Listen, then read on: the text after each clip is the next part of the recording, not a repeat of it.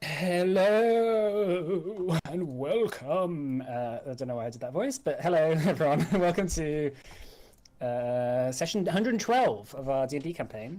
How's everyone doing? Yeah, pretty good. Good, good, good. Good. Good. And by everyone, that's obviously just Matt and Richard. Cool. Yeah. Well, Blank.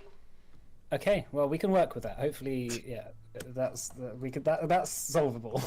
Um, yeah, a round of SSRIs for you. Oh God.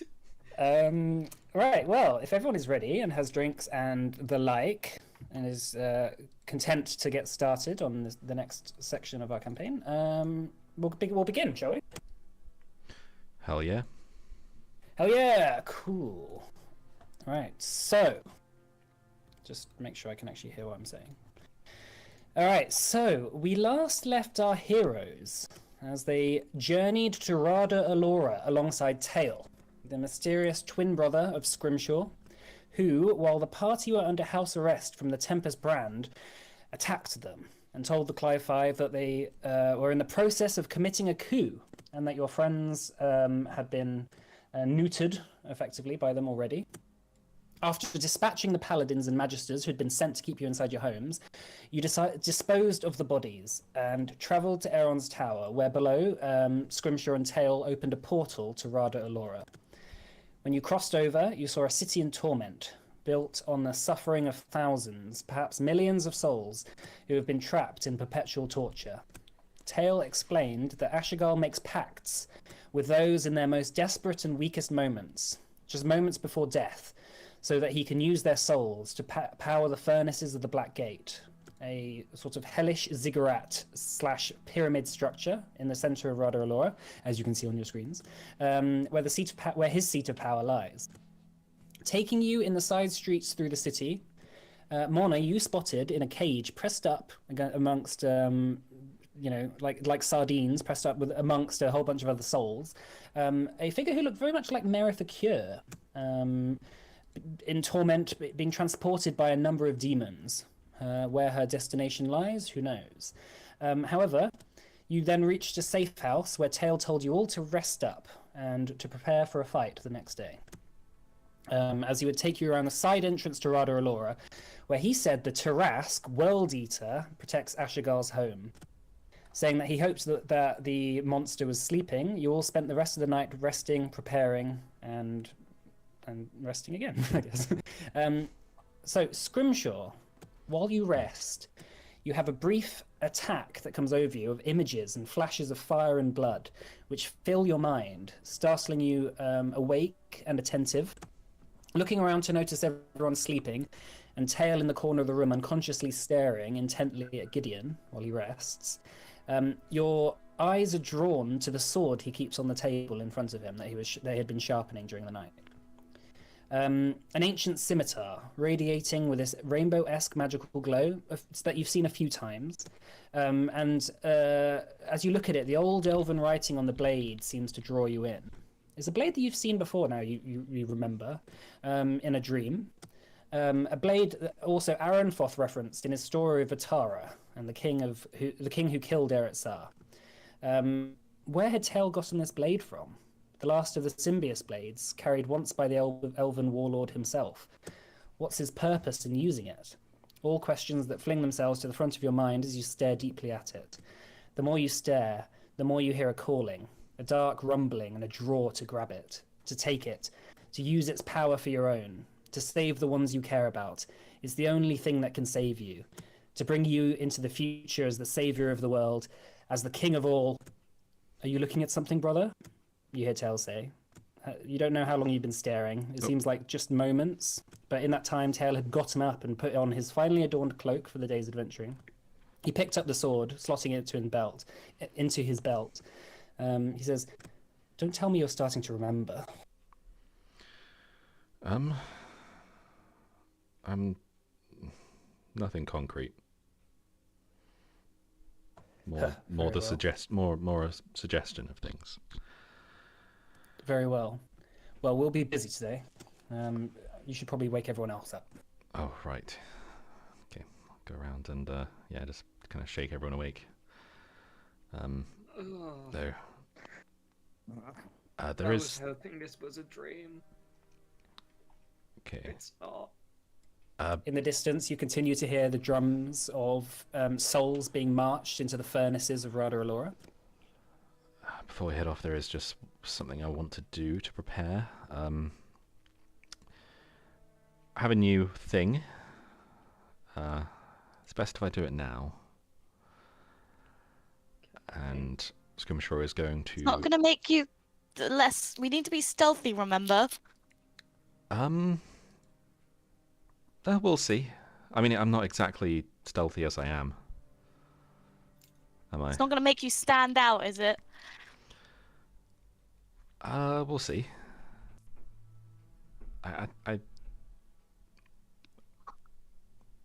It depends. Yeah, Scrimshaw is going to cast True Polymorph on himself and take on his celestial form.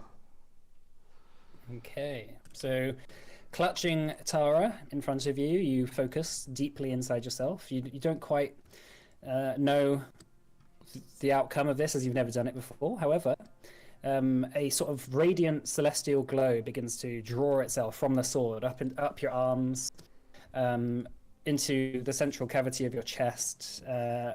Golden light begins to shine out from your body as two sort of holy looking wings sprout from your back, and as you grow a bit in height, your wooden flesh sort of begins to turn into a sort of radiant, almost bluish hue. You seem to have an aura of some sort of divinity around you. Oh, it worked.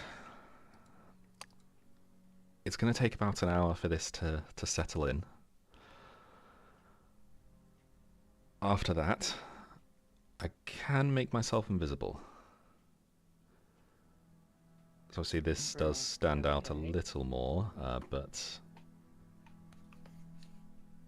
as long as... A little more? Well, yes. You're literally blue. Oh, this breathing thing is weird. Yeah, but You're blue. I mean, it's not like I blunted in before. Let's be honest. Quite a skill you have there, brother. Yeah, just keep away from me with that magic, that anti-magic field. I will bear that in mind. So we've got to go fight a Tarask today. Well, not 100% I thought we sure were we'd have... sneaking past a Tarask. Not I sure hope that we'd we don't have to decided. fight a Tarask. Yeah. Knowing our luck, we're probably going to have to fight a Tarask today. Well, We might have to. Hopefully. Well, we're going to fight Ashigal today. yeah. Hopefully we'll that be. doesn't fill me with any form of joy. Yeah. Hopefully we'll be getting past the Tarrasque without fighting it. I'm not sure. Not sure we've got it in us to fight both. I know. I keep saying it, and at this point, it's probably done to death. But the Feywild is definitely better than this place. Tail smiles and he says, "This place was once the Feywild." Great. What is It is that? the fate. It is the fate that befalls all realms under Ashigal's influence. Is that Then we what need the to take him down. is that what the Black Gate is for? For taking over realms? It is part of it. Happens to all the souls if we do take out Ashigal? Surely there has to always be a jailer of the damned kind of guy. Tail sighs and says, "Unfortunately, when they gave their soul to Ashigal, their life and their immortal souls became his property. Unfortunately, we may be damning them all to oblivion." That doesn't sit right with me. Like, You would prefer that they were tortured for the rest of time? I don't know, it's a personal fear of mine. I personally would prefer to be tortured for eternity than to just not exist ever again. Great. Well, if we fail, that might be what happens. I'm not saying that's my number one fate, but God. What about Um, you, Morna? Tail says.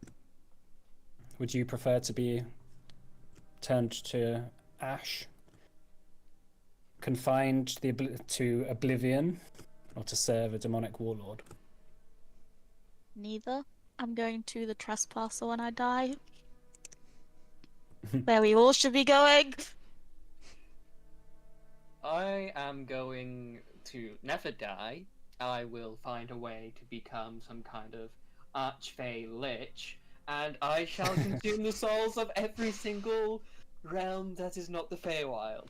Oh, might not want to use the L word around Morna. She gets a bit It was a joke, Scrimshaw. I don't know. Yeah, Gideon's like taking down notes. You know, I was never able to pull it off such that it didn't sound like it was serious. Every time I even winced it, I saw a glint of a dagger coming from Morna. Literally and Death is- figuratively. Death is natural. It's the end. to be fair, there's a lot of things that are natural that Don't die. we don't really probably would rather didn't exist. Yeah. Yeah, like like Ebola. Tail says. Ebola exists in this world. What's Ebola? He's like, of course that- Ebola exists Is in that this world. oh is that disease I've heard about from Kefu? Yes. It's just but, affect a very small tribe, quite overblown by some of the local papers. But the clerics obviously can easily deal with it these days. I was not prepared for Ebola being real in Legend Rising. Just wait till you get it, dude. Imagine being affected by disease. Yeah. Brought to you by Immune to Disease Gang. Tail turns to you, Gideon, and says, "So, I think it's time that we maybe put our disagreements aside." Gideon just kind of looks at him, and I'm pretty sure we already came to an agreement last night. I just wanted to make sure, just in case you've been stewing on anything. Oh, I've been stewing plenty, but... Oh yeah, I can smell it. It smells really good. Thank you for cooking this morning, Gideon. Thanks, that's, ode a sweaty hell human. Delicious. Oh. I do have something to add. I think I saw Merith Oh, in a cage. I'm not 100% sure, but she just like went on by in a big cage of other caged souls, and she was there. well, from what you told me about her, I wouldn't be surprised that she's here. Yeah, that's fair enough. Who is Merith? Some person who tried to kill us multiple times and then got burnt at the stake for witchcraft by the Tempest brand. Sounds familiar. Familiar. Well, Tempest Brand are known for that. Oh, right. I thought you might have known Marathon. This would be some grand... Is plot twist the right word? I guess so. There's no such thing as plots. There's only reality and suffering. Oh yeah, I just didn't know the real word for it. Also, that sounds like dark, broody words. Like, maybe after all this is done, you could find a home in Morna's brood cult where all you do is wear black and stare into the darkness and say things like, "I am the night." I don't wear black. When have you ever seen me wearing black? It's just how I envision your cult. None of them wear black. We all wear blue. You've been there. Yes, but my imagination is cooler. To be fair, sometimes it kind of It wasn't looks. a dark. To be fair, sometimes it To be kind of fair. looks like you're wearing black when you sort of like just walk into a shadow and then you like the shadow and like you blink and then it's like where's Morna? Is anyone else really surprised that Scrimshaw's voice has not changed despite the fact he looks like this? He just looks like Dr. I don't know what you're talking about.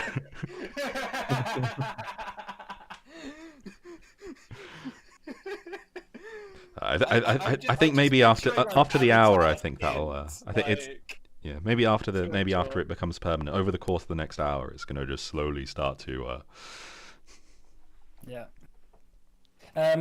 Your sort of if you check Itara, the blade seems to have elongated and the hilt is a bit larger. It glows with this sort of radiant glow, and the runes on it seem to also shine in the light, and it seems to give off a quite considerable light source.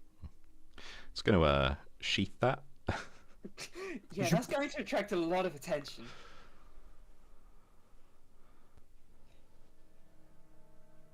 Unfortunately, nowhere in Rada Alora is truly dark. Oh, well, that's nice at least. I don't like the dark. The dark hides lots of nasties. I mean, sure, daytime hides a lot of nasties too, but you know, it's easier to see them in a day. That's the truth. Well, get your things together. When Scrimshaw has finished transforming, then we'll go. I'm just going to scout out the local area. Right. Okay. Yeah. Grabs his sword, puts his cloak on, leaves out the back. Gideon, can we have a word? Well, can I have a word with you? Just us? Just us. All right. Maybe, yeah, sure, just us. Okay. So... I take it we find a corner or something where we won't be sure. heard. So Tail is 100% going to double-cross us here, right? Pretty much. I wouldn't be surprised.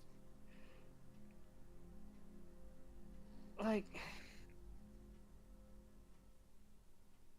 How are we certain he's telling the truth about Scrimshaw? I mean, you've been here longer than me, so I'm gonna have to go on what you think here. But he seems to bring out the worst in him. Or want to bring out the worst. Like, what if it's actually his sword just puppeteering him around or something like that? Swords do that sometimes, you know? Yeah, if McGothric had an instant with that, I'm pretty sure I came close, but yeah, I mean, it could be. Again, I don't know, I'm not convinced particularly of that. I just think he's out for his own ends, and he gets to Ashigal, he kills Ashigal, but like, if there's any problem along the way, I just sense he's gonna ditch us in the first instance.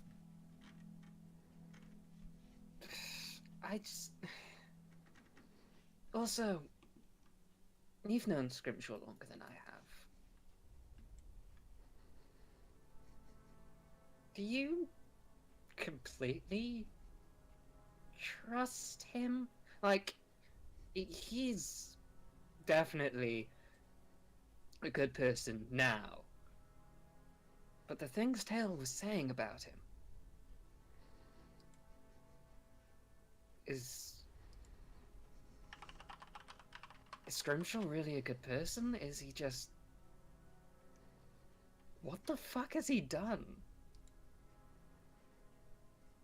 I remember the first time it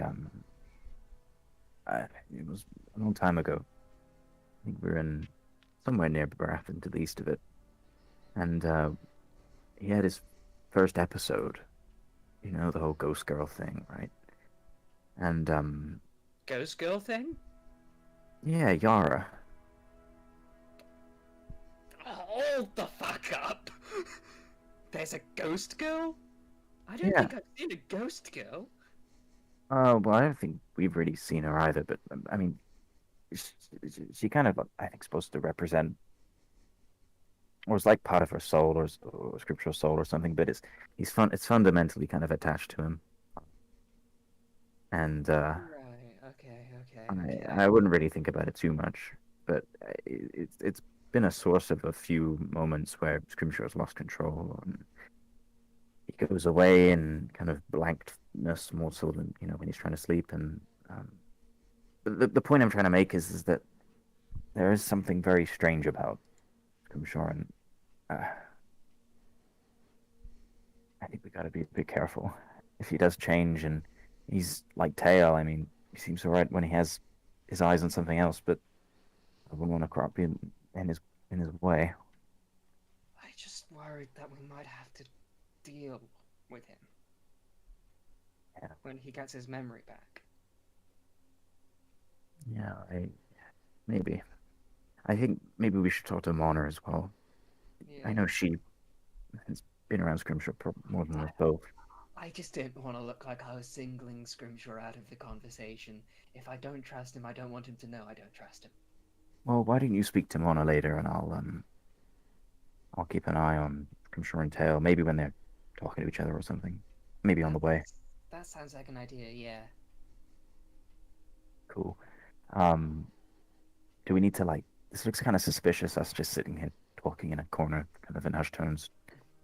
Oh, yes, bacon! Scrimshaw's at the moment. Scrimshaw and Mona are doing their own thing, getting ready for the day. It's like it's not like you've deliberately gone off and excluding them. You're just having a chat. So they just can't. For Tail, I'm gonna try and hang back a bit, just kind of behind him, while we're walking and things like that, and just keep an eye on him a bit. I'm going to keep my counterspell ready in case he does something bad. I don't like the sound of his anti-magic aura. That's my whole deal.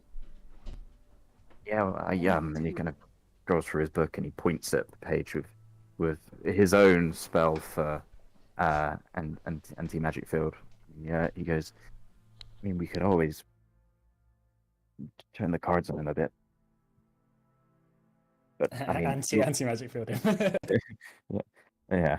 You can't anti-magic field if I anti-magic field you first. My only concern is that, I mean, look at us. We're not exactly swordsmen. Oh, if only I kept that sword. I no offense, but I think your power, your worth, your awesomeness is up here, and he kind of taps on his head a bit, kind of like that. And I don't think your sword would ever match up with Tail. I will have you know that I am a master fencer. I just don't have my rapier with me today. Do you think you could take on Tail in a one-on-one combat? Fuck no! There we go. What about Roxanne? Roxanne. What about me? Oh god! Roxanne's just like eating some mysterious food he's found in one of the Tail's Don't cupboards. eat that! It could be poisonous! I'll take the risk. Roxanne, do you think you could take on Tail in a one-on-one? Yeah. Are you just saying that because it's you? Yeah. But, can we... do I have a zone of truth? Is that I don't have that on this character. Roxanne, can you punch a god in the dick and win a fist fight with one? Yep. Thought so. Roxanne, what are your thoughts on Tail? I know you're pretty okay with him. Yeah, I think he's alright. You're not worried at all that he's gonna stab us in the back and the first chance he gets. Roxanne punches his hands together and he's like, "Bring it on!" Okay. I'll tear him. All right. Well, we're just trying to be a little careful today. We already have to apparently kill the Lord of Hell, basically. So don't really want to have to pay too much attention to my backs, but we're just gonna be kind of hanging back a bit, letting Tail go a bit forward, and it's good. Yeah, just being a bit careful, and yeah. So don't mind us. All right. I'm still hungry. And he just goes into the other room looking for more food. Oh god, he's going to get us killed. So Scrimshaw, you find that your transformation has now completed. Cool. Ah, it's set in now. Oh God! There's like a booming voice, like with there's like a lot of reverb on it somehow mysteriously, just like echoing across the room. Mysterious reverb. Like, oh, I need to turn this down. Oh, well, I don't need to. Okay, I don't need to. Has a dial on his neck to turn down the volume. Oh Tail wait, comes back. I don't need to. I don't need to. Oh, okay. And you see his lips stop moving, but you still hear his voice. It's like, I can just do this. That's better. That's Is this in that's my easier. head? Yes, I think so. Yeah. Yeah, so Tail comes back. He says, "Coast is clear. I'm ready when you are." All right. Let's go. Let's give this thing a shot. That thing. Are we going to a coast? Are we going to a beach? Is this our beach episode? There was once beaches here. A beach You know, would Tail, probably- every time you open your mouth, you say something really depressing. Scrimshaw's gonna Thanks. cast invisibility on himself. Okay. Gideon's gonna use mage armor. Okay. Well, are we all ready then? Yeah. Yep. Yep. Mona, you've Right. got your pass without a trace thingy, right? Would that be handy if we're trying to stealth? Yeah, it would be handy, and yeah, I'm gonna use it. Don't worry. When we Cool. need to. It's going to probably be about a 20-minute walk, I think. But we can. Well, I don't need to use it, right? For the walk, just when we get there. Well, we want to remain stealthy. Fine. Someone else should learn the spell. Takes a lot of my key. yeah, well, you've never said that before. Yeah, if I knew earlier, I definitely would have. But that's what you do, Mona. You give us stealth. You're the stealthy one. What is my purpose? Oh, it lasts for an hour. I thought it lasted 10 minutes. Okay, yeah, Oh. I'll definitely do it. Cool. All right, pass without without a trace. You watch as all the shadows in the room begin to sort of like elongate and like weirdly begin to obscure you all. Tail opens the back door and says, "Very well, follow me." And it begins to lead you down the side streets of Rada Alora. Not down any main highways, so it's not as busy as when you were getting to his. But a lot of the buildings around, as you look around, you notice that these buildings are very old. Tail says this place, Rada Alora, it predates Ashigal's arrival. This was once a bustling city. Do I spot like any specifically like kind of Fey architecture anywhere? I can kind of gather what kind of place this was. So a lot of the architecture that has obviously remained is stone and sort of mud buildings.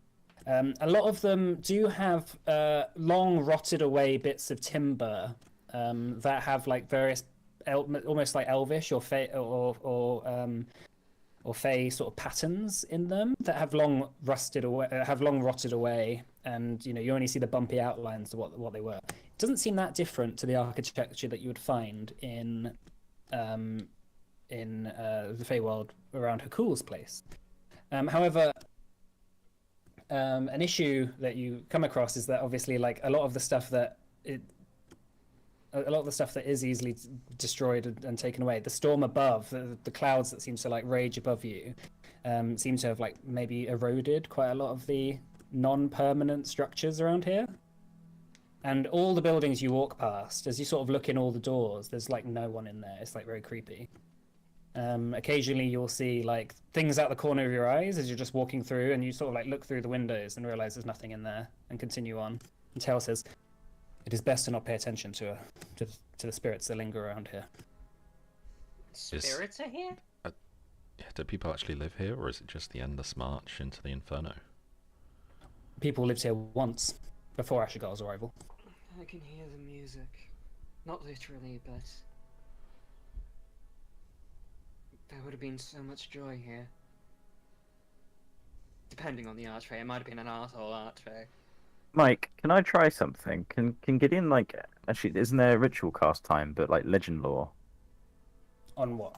I don't know, like a toy that's kind of like a teddy bear or something that's like fallen down the side of an alley, or I don't know, like a plant pot or something. Or does it have to be an object that's kind of a special object? So I'll let you cast it with a spell slot, and just you can do it pretty much instantly. Yeah, you'll lose that spell slot. Ashigal Schmashigal. Let's do it. All right, so yeah, walking past one of the houses, one of the sort of half-rotted doors is open, and in the far corner of one of the houses that you walk past, you see a little like wooden puppet that is just like tossed aside on the floor. That's clearly been there for a long time. Going over and picking it up, casting Legend Lore, you focus on it for a second as Tail sort of like frustratingly turns around and sighs at you, seeing that you're doing it, and he's just like looking around to make sure no one's around. It takes you back to a bustling metropolitan city.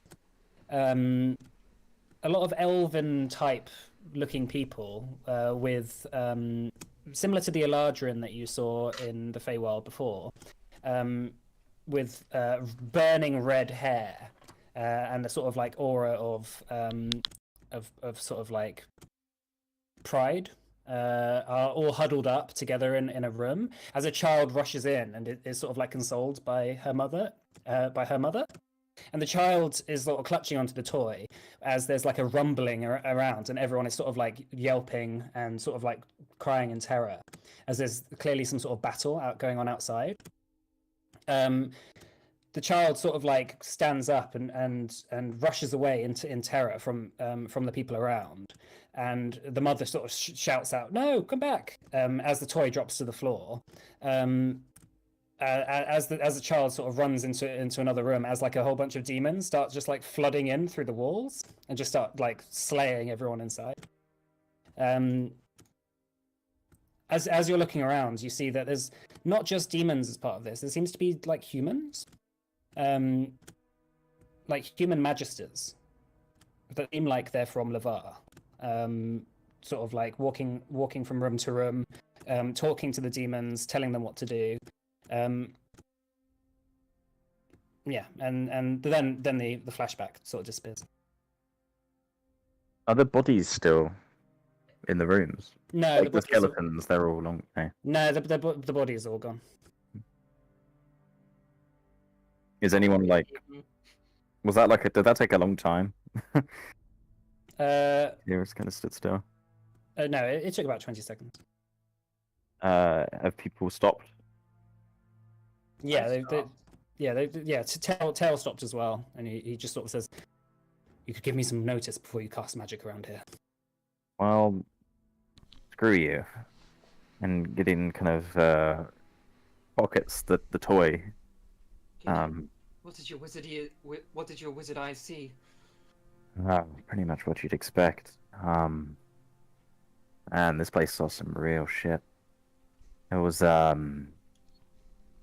people similar to those in the Feywild, except their hair was kind of auburn and red and burning almost.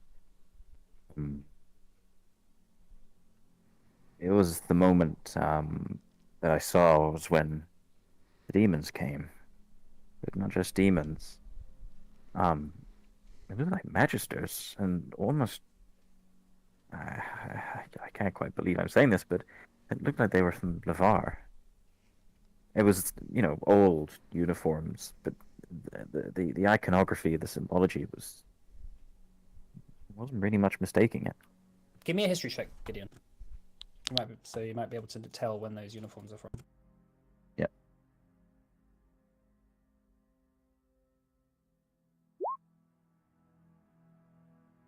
So from your best estimates, they seem to be the Majesty uniforms at the just before the fall of the Lavari Empire, or like just around the fall of the Lavari Empire.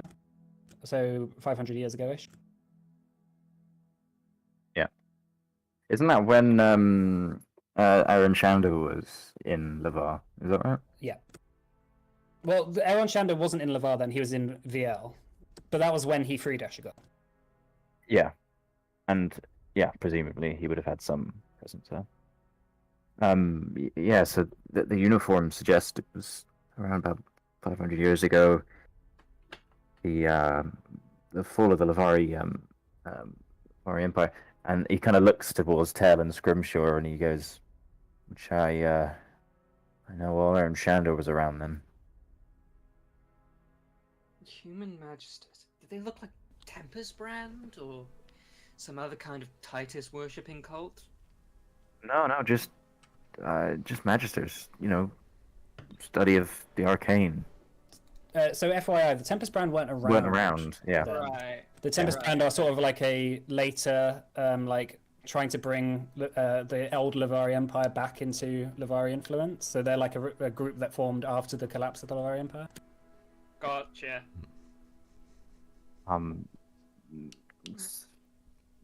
Yeah, the slightly bad thing is that all the bodies of the dead, I mean, note that their bodies aren't here anymore.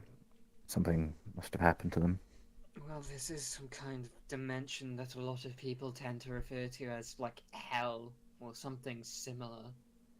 Probably they're being made into walls, or devoured, or being tortured. Demons have a lot of uses for bones. Tails it.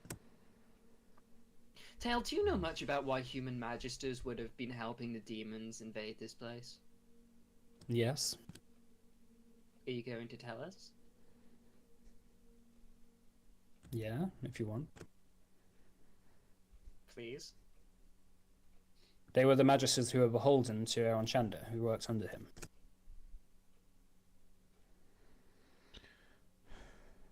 So, let me get this straight. Aaron Shander frees Ashigal.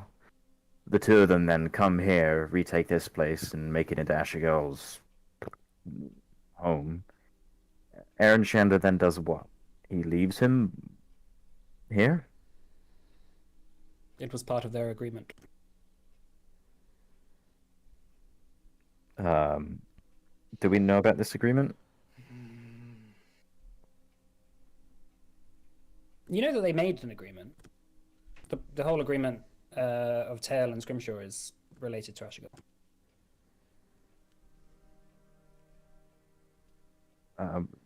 What was the agreement? He says, well, the old man created myself and Scrimshaw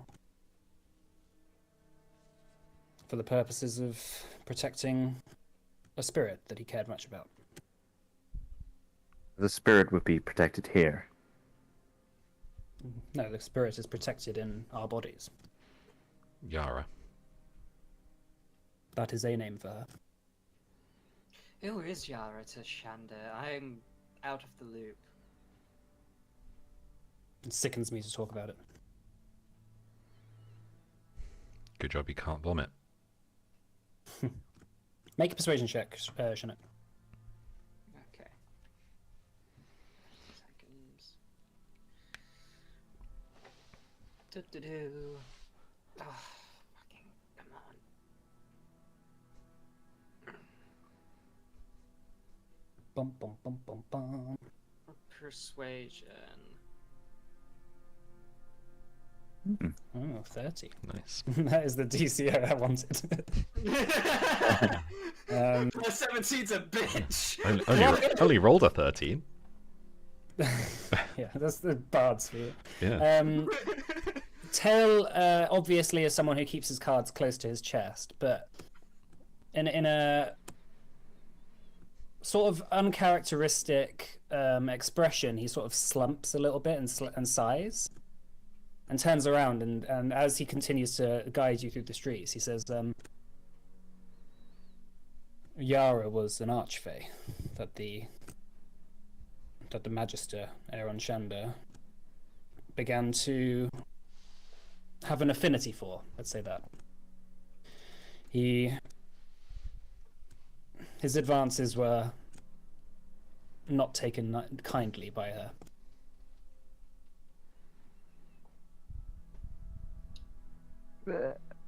I thought there were only 4 Archfays, is that right?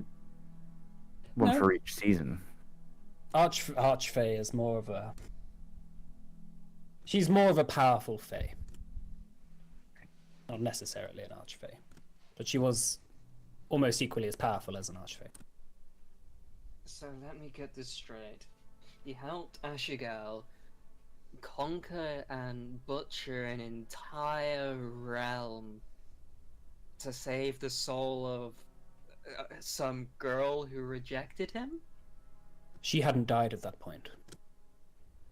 He wanted Ashigal to help him. To help him seduce her? Yes. Fucking... Gross. Now I see the sickening part now. Oh. It was even worse that eventually she found out about this plan, and she didn't take it kindly. Was this after she was enamored with Shanda? She was never enamored with Shanda, Tail says. Was obsessed with her in a creepy way. Yes. And he butchered an entire realm. Men, women, and children to seduce her. It was where she was from. Seems. I mean, I'm not super into the whole, courting game, but that doesn't seem like an effective tactic. It's fucking disgusting, is what it is. The thing to understand, Scrimshaw Tail says, is that Archfey and Fey get their powers by the people around them. Where magic is and where mortals are, Fey appear.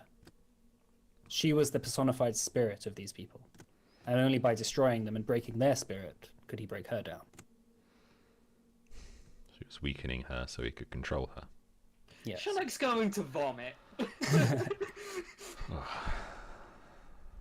He says, but unfortunately that plan didn't go very well.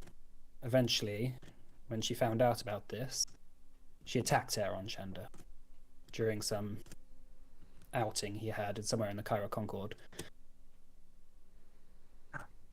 That caused her death. Sorry, the Kara Concord. You mean like the Basalt Owls, right? Yes. Ashigal had a number of enemies. One of his largest group of enemies was the Kara Concord, who had,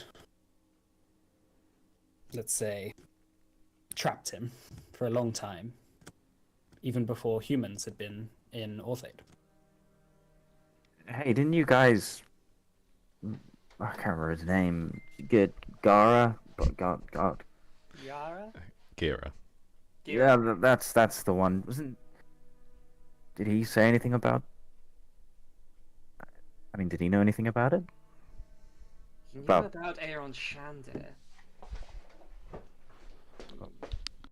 Nothing about, I don't know, like the attack or Back in a sec. visiting Ashigal.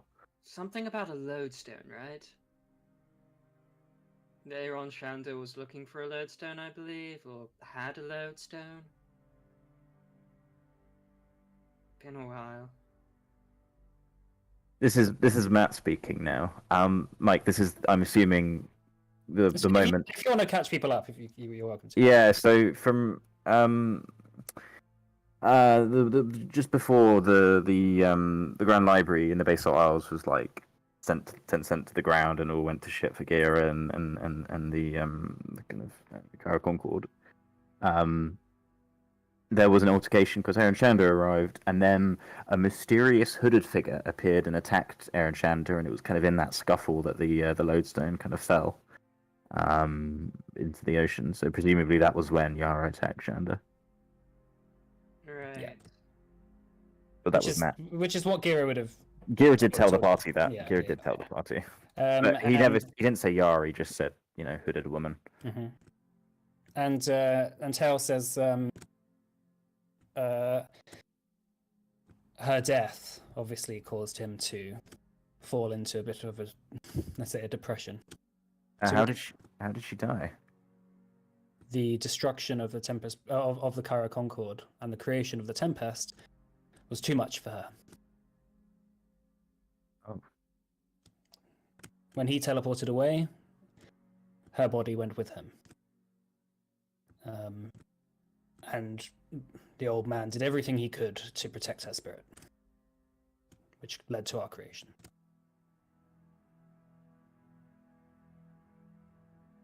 He couldn't just leave her be. He had to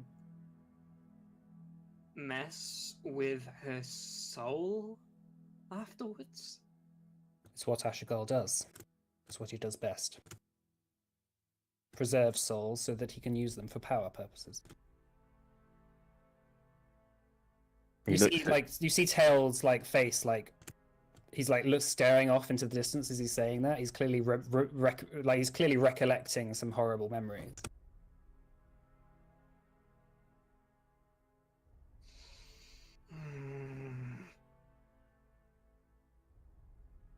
Which is why all traces of Ashigal need to be destroyed.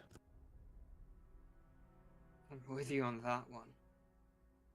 He cannot be allowed to continue this.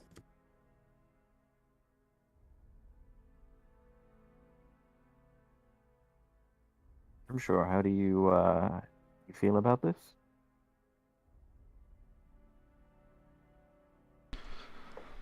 Don't really know. I think it's going to take a while to sink in.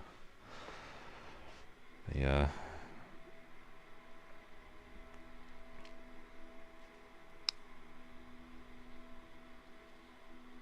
you still unsure about what you want to do with Shanda? I think all this time I've kind of wanted him to be redeemable, wanted him to be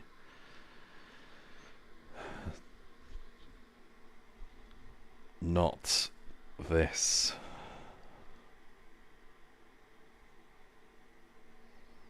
But it's getting harder and harder to justify. Well, I don't know. I imagine Tail would want to destroy him. If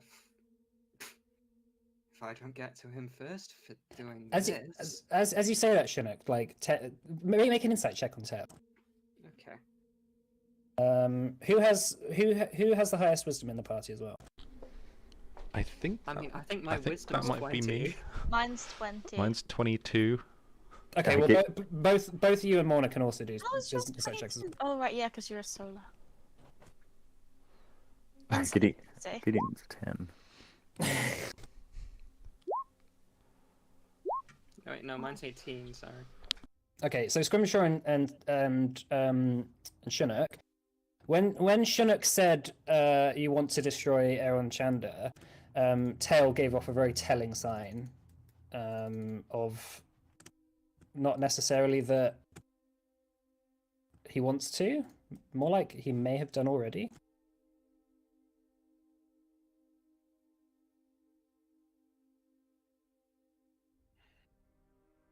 If Aaron Shanda's around, I want to flay his soul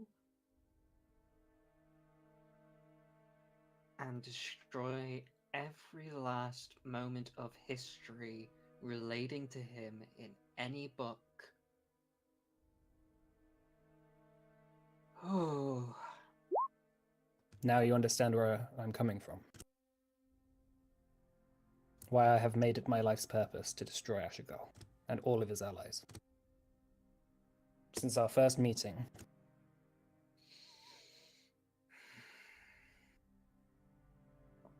I can certainly see why, yeah.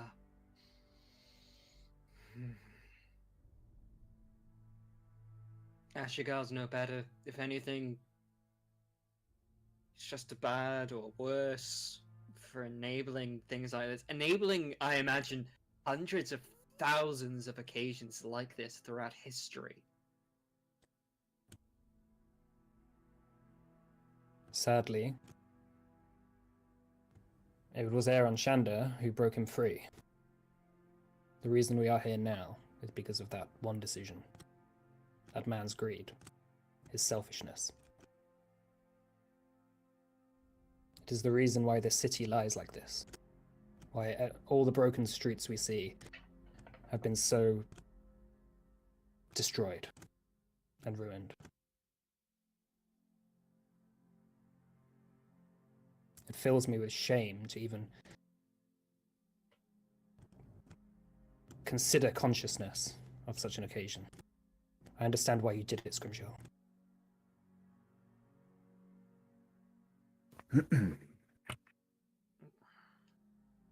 As he says that, he sort of like realizes what he just said, and he just shakes his head and just begins walking off, like continuing down the road. I know this horrible thing, but Scrimshaw, I don't know. I can't know what's going through your head right now. But you need. I feel like at least it needs to be said. You are not this. This isn't your fault. This is Aaron's. It's not now, but I still don't know what I did before. For all we know, I was there. No. No, this was before this was before my creation. Yeah. But for all we know, I've done equally bad things. Or been part of them. Or maybe within you, Yara. Through you, Yara can help redo everything. Or if Yara's truly gone, maybe you can finish what she started. Do some good. Can't help but think as well that if we are comprised of her soul, is it right to keep on going? Tail looks over his shoulder and says, "Until Ashikal is dead, that question doesn't even need to be thought of."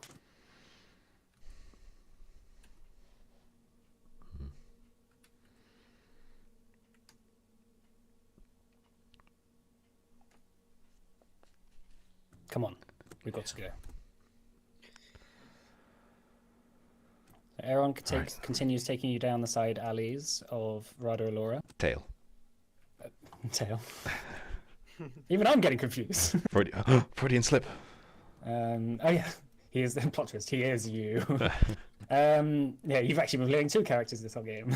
Plot twist. Can everyone make a stealth check for me, please, with Pass Without Trace? Sure. Okay. Is Scrimshaw going invisible as well? Yeah, Scrimshaw Yeah. turned invisible before we left.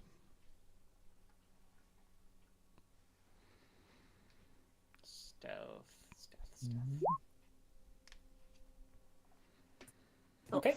42. Thank God, a pass without a trace. 42, nice. What is the highest you can get? 47. 47, yeah. Wow. 57 with 59 with Bardic Inspiration. Damn. That's Pathfinder numbers. That is Pathfinder numbers. I made this character for one thing. I do one thing and I do it really well. I just stay in the shadows. Okay, well, you all passed. You continue on. The drums of battle, the drums of the marching souls, getting louder and louder as you head towards Rado Laura. Around the side, you come across this sort of what was once seemingly a lake. The water since replaced with lava, and ancient bridges cross the expanses. To a sort of middle island, and on the other side of the island is the sort of entrance to Rado Laura. On the island that the bridges cross by is a hulking, slumbering beast. A beast with huge, black, almost scorched horns. Sort of a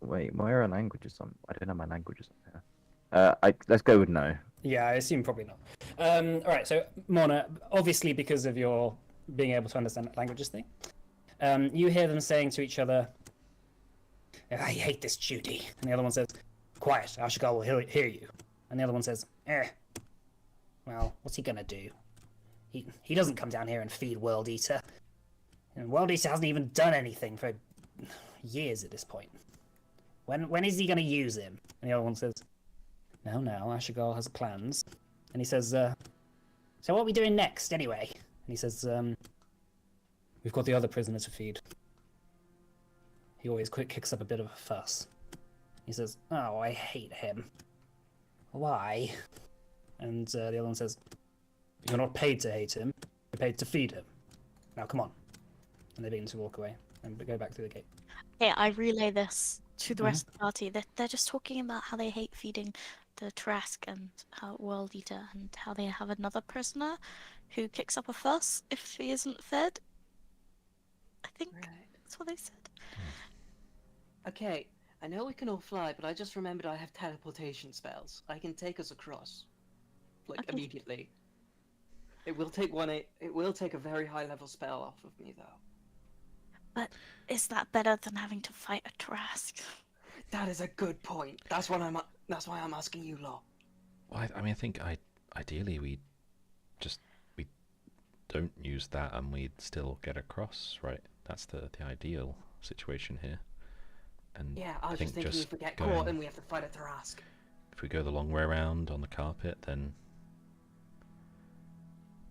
Yeah, but they drop food at it. I imagine it's gonna wake up soon. You see it begins to stir as the smell of strange, rotten, manky flesh begins to waft into its nostrils. And that's the sort of sound it makes. That was a very Right. good impression. Yeah, good job, Mike. It's terrifying. But Is that so hard? Am I so bad? I think Chinook should teleport us across to the gate. I'm It's a high level agreeing. spot, but I think it's worth it. Yeah, it's either that or it's gonna wake up and we'll see us going the long way around, and then we'll have to fight it. Let's just teleport. Yeah? No, all in agreement? I agree. I mean, it's your spell. Right. Okay. Everyone, hand circle thing, and I'm going to try and cast teleport through the gate. Okay.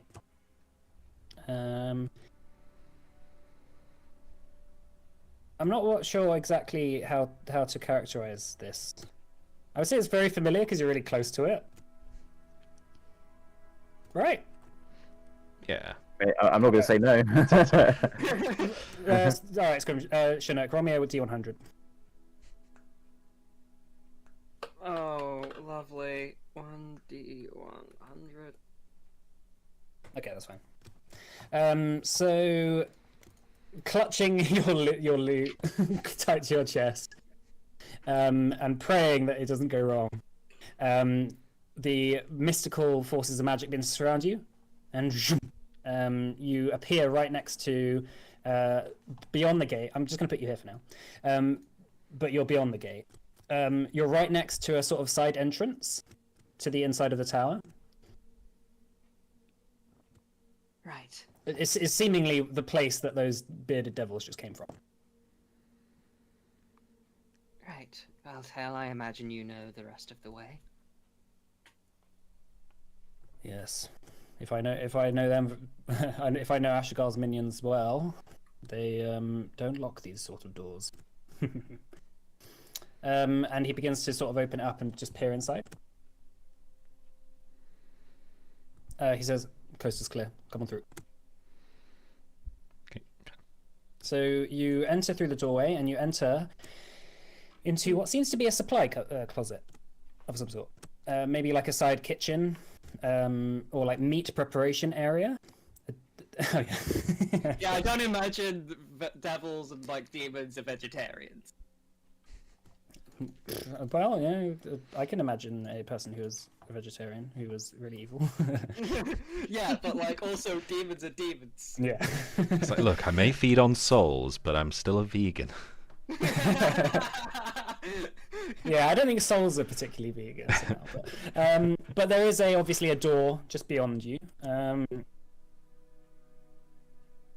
Tail says,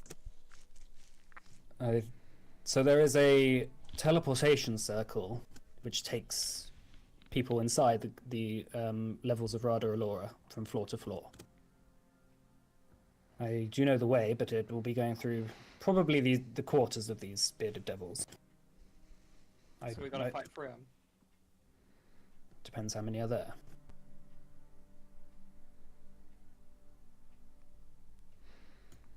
Bearded devils. I mean, they didn't look too tough, right?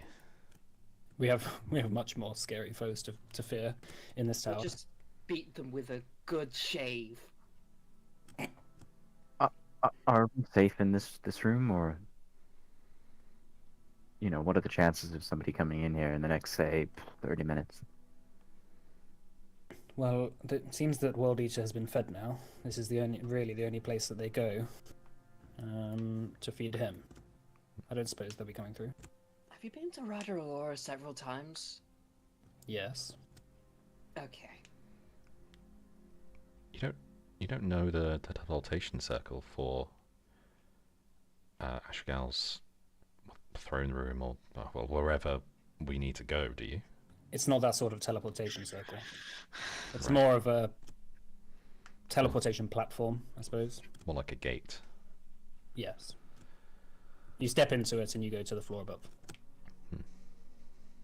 Like an elevator. I don't know what that is, but Don't they have? I imagine they have them in Wolfen's Palace, right? what, an elevator? Yeah. I mean, they have like pulleys and stuff. Yeah. Like, I imagine like there'd also be like mining elevators in places, right? Right, but not the ones mechanical ones. Oh yeah, Yeah. not like a proper. Yeah. Not like a lift or anything, just Yeah. like a... With like mute, there's like a bard in the corner playing elevator Yeah. music. He's got like an unseen servant just pulling a rope.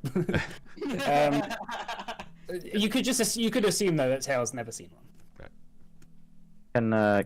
Can we have a short rest? A quick 20-minute breather, 30-minute breather? Why? I can get all my spell slots back. You haven't cast any spells.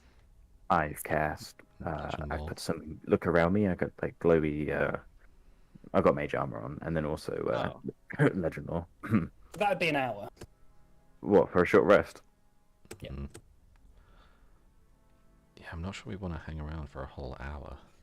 Yeah, In- we should probably keep Yeah. going. No. Okay. You hear like the muffled talking of creatures in the other room. Mona, you recognize their voices. Can you give me another perception check, please? 26. 26. It seems to be the same voices as the two bearded devils that you heard before. They seem to be chopping at something, maybe preparing some sort of like meal. One of them says, as you sort of like budge up to the door and listen, one of them says, "What can we feed him today then? Eyeballs? Skulls? I think he might enjoy them." And the other one says, "We've been feeding them eyeballs and skulls for about 40 days now. Maybe something different."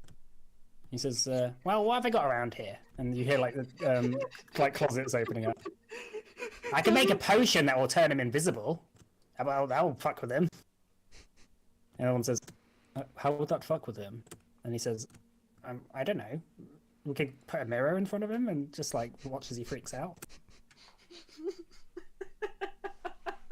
The other one's like, "Oh my god, you're so stupid." And he's like, "Well, I'm sorry, but the devil school didn't send me here for no reason. Clearly I'm good at this." The other one's like, Hell's Kitchen.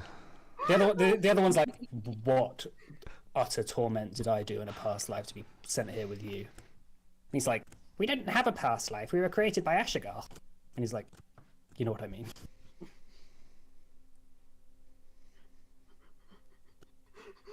I just love that even the beings of hell like the idea of like variety and like their prisoners. Like, you know, we don't want to get bored of eyeballs and skulls. Lovely.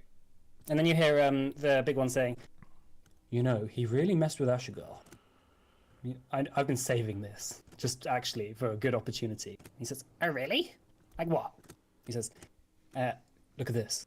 And you hear him go, "Oh, that would be good."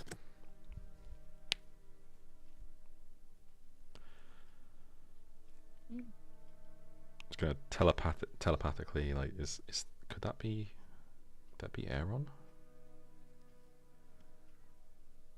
Maybe. Do you want to rescue him before we fight Ashigal? Can Gideon look at Tail? What's his reaction to? What scripture ask that?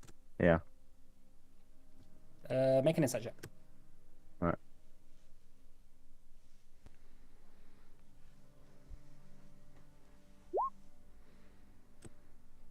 Tail seems kind of like, can we just kill them now?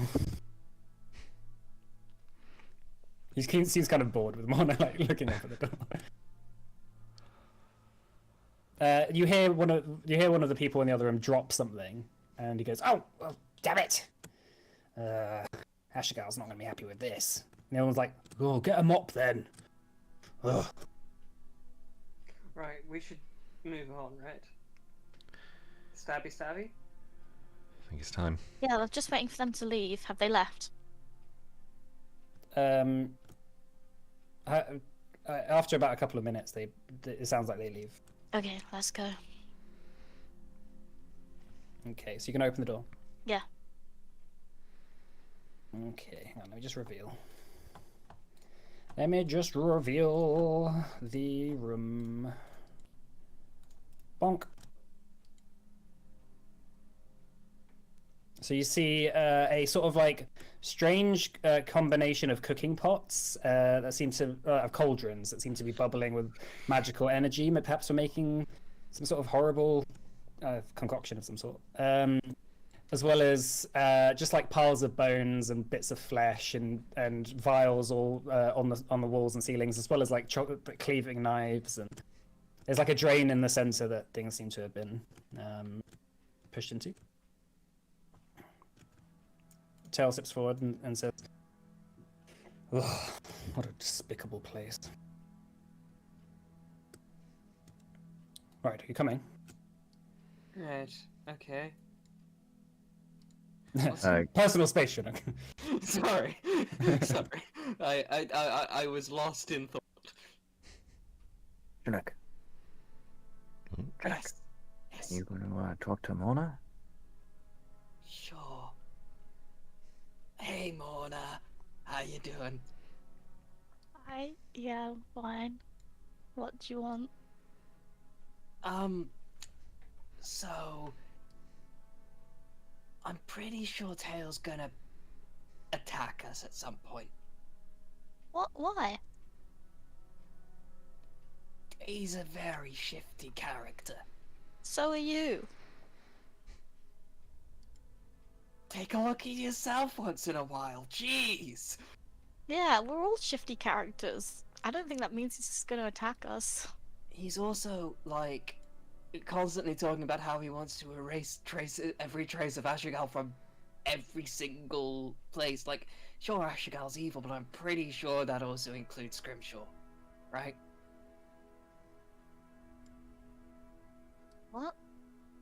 Because he's got like a piece of like Yara's soul and the like. Yeah, you know if Scrimshaw dies, so does Tail, right?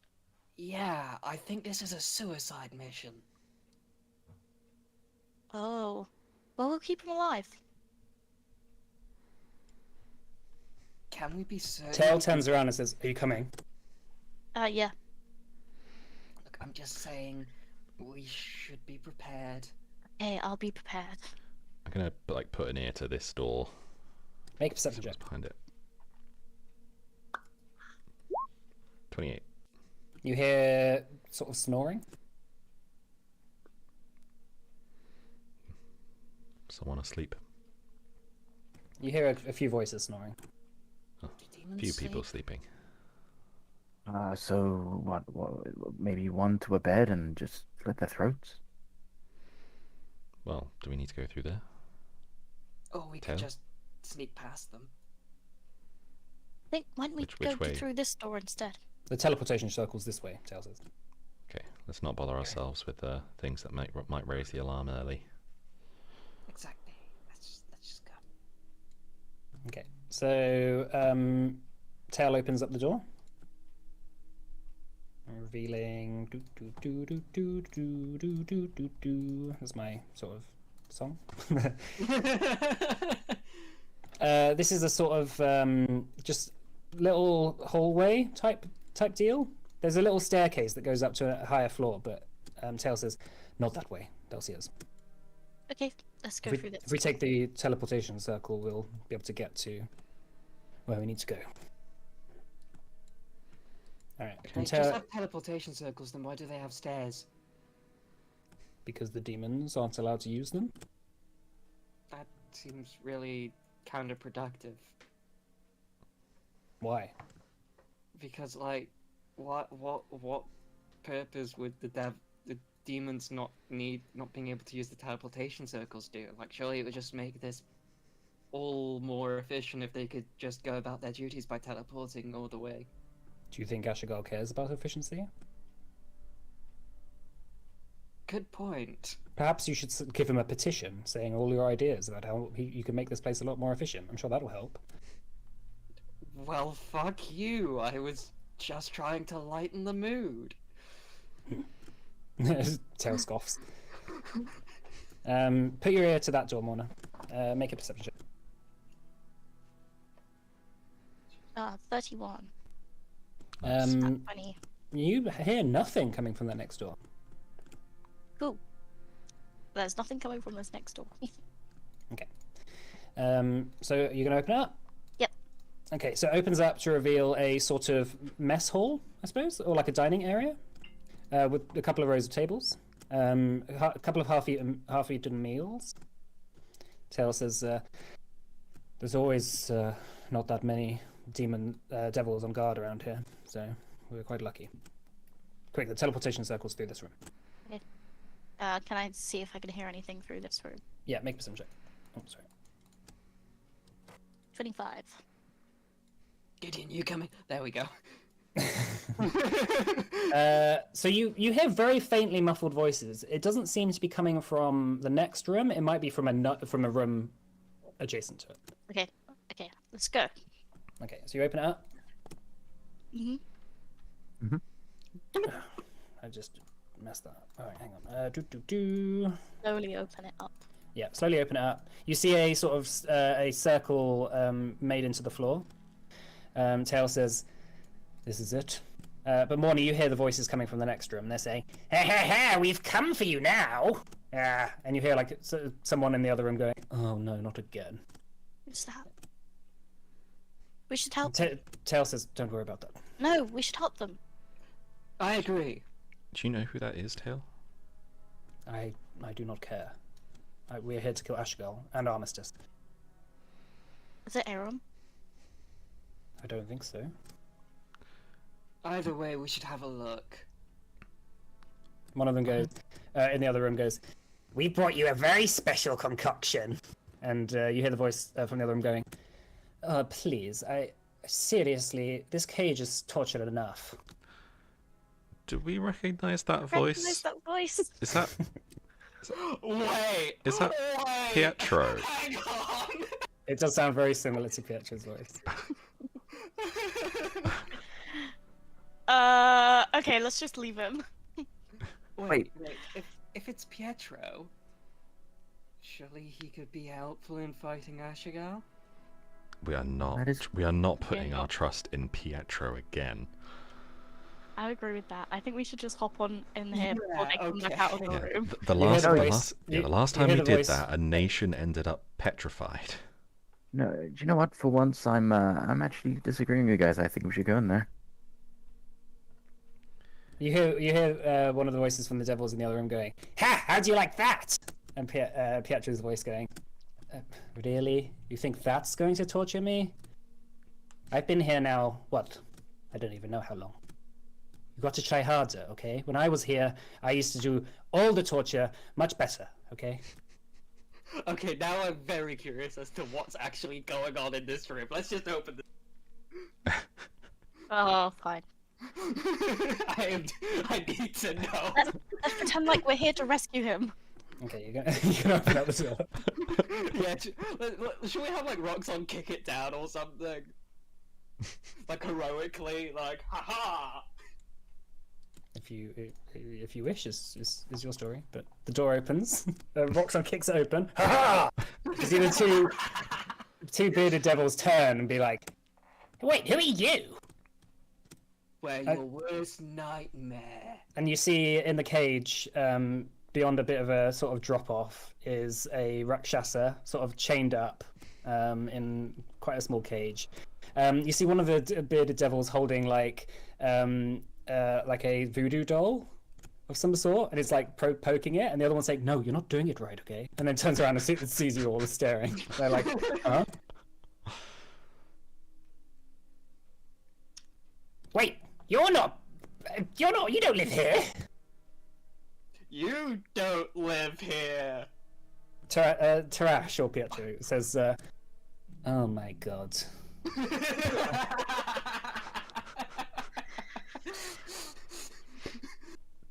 Have I not suffered enough? Clearly not. Tails like, oh dear. Right, roll initiative. as the bearded devils just like begin to pick up their spears. Actually, let's take a break, shall we? And we'll come back afterwards. Sure. Yep. Okay. Okay. All right. See you in a bit, Russian spammers. Russian spammers.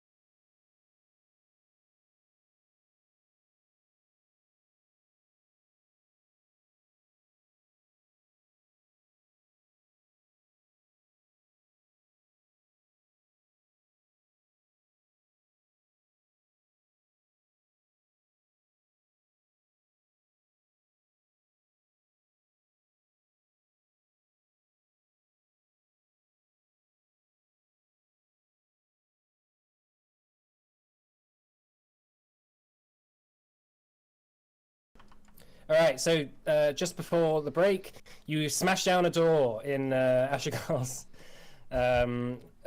palace, Rodolora, to reveal Tarash, Pietro, the villain of the first arc, being tormented by two bearded devils who are failing miserably at actually torturing him.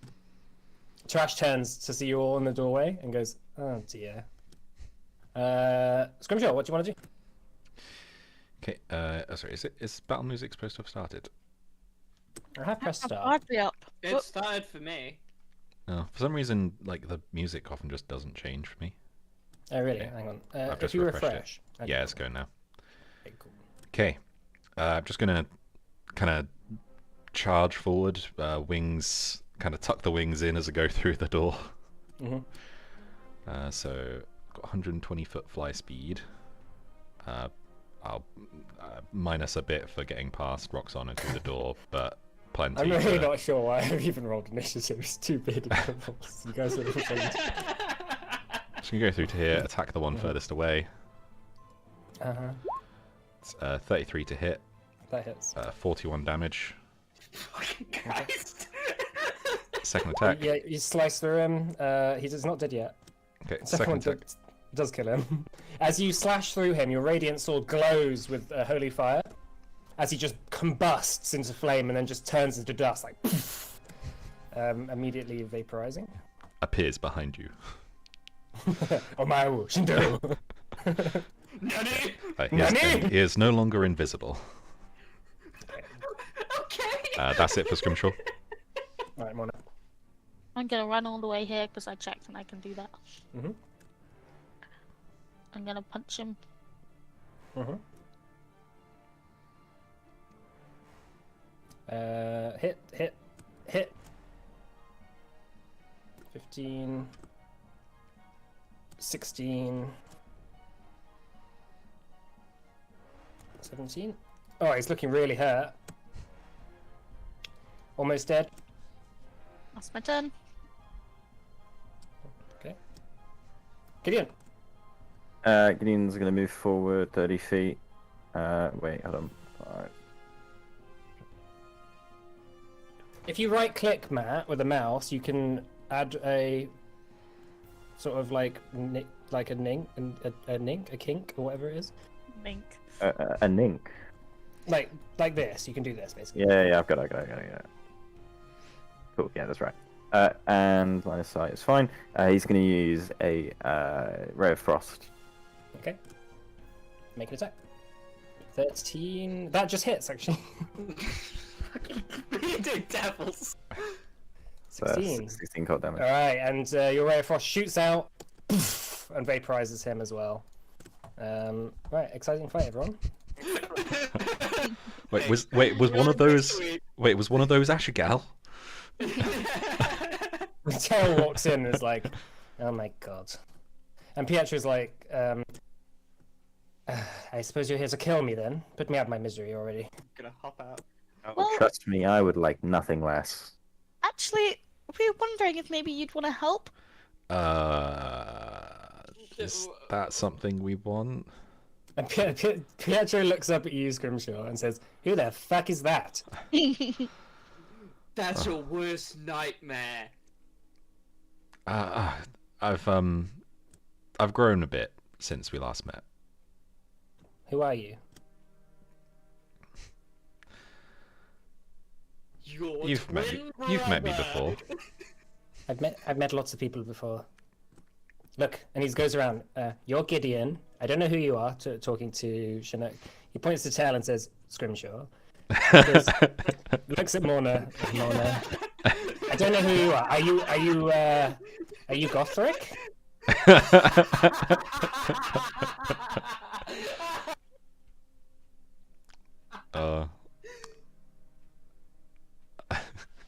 You I know, was like, oh my god. it actually makes me feel so much worse that we got hoodwinked by you so many times and you can't even figure this out. Do you honestly think all waffles look the same? Like, seriously, dude? Yeah, so do we want him to help or should we kill him? I mean, I don't know, like... So Theans need to be destroyed on their home plane, right? I don't know if this is his home plane. I doubt it. If we kill him, we could just be setting him loose. My soul belongs to Ashigal. So if we kill him, then I'm pretty sure Ashigal can just bring him back. It'd just be a waste of time. Bingo.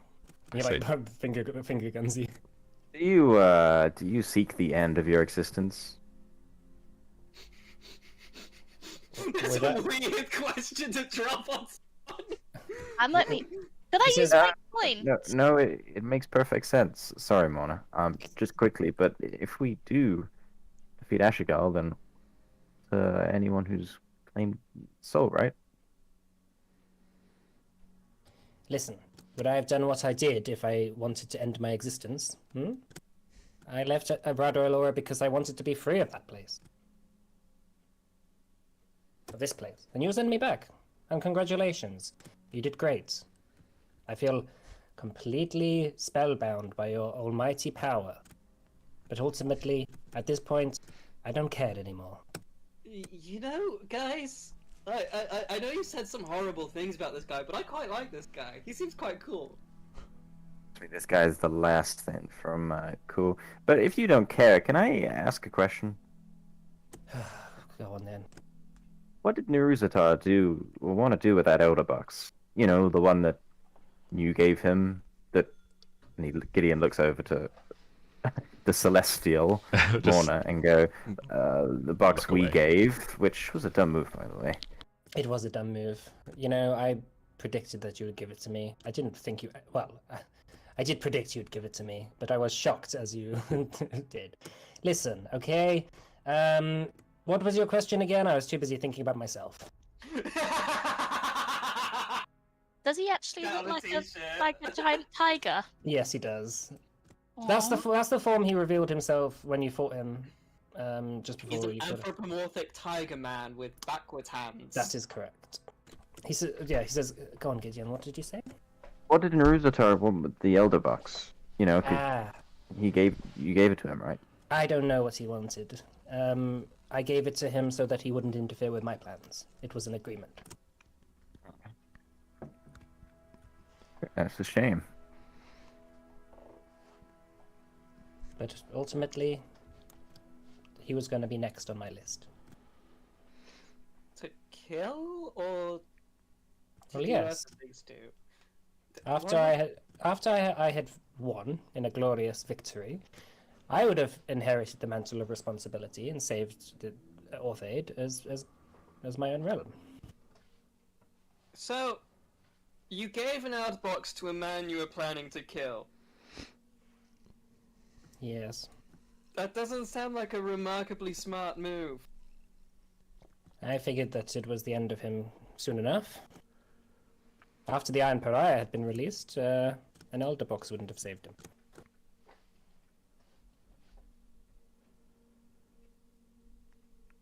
A being who had slayed gods in the past, eh?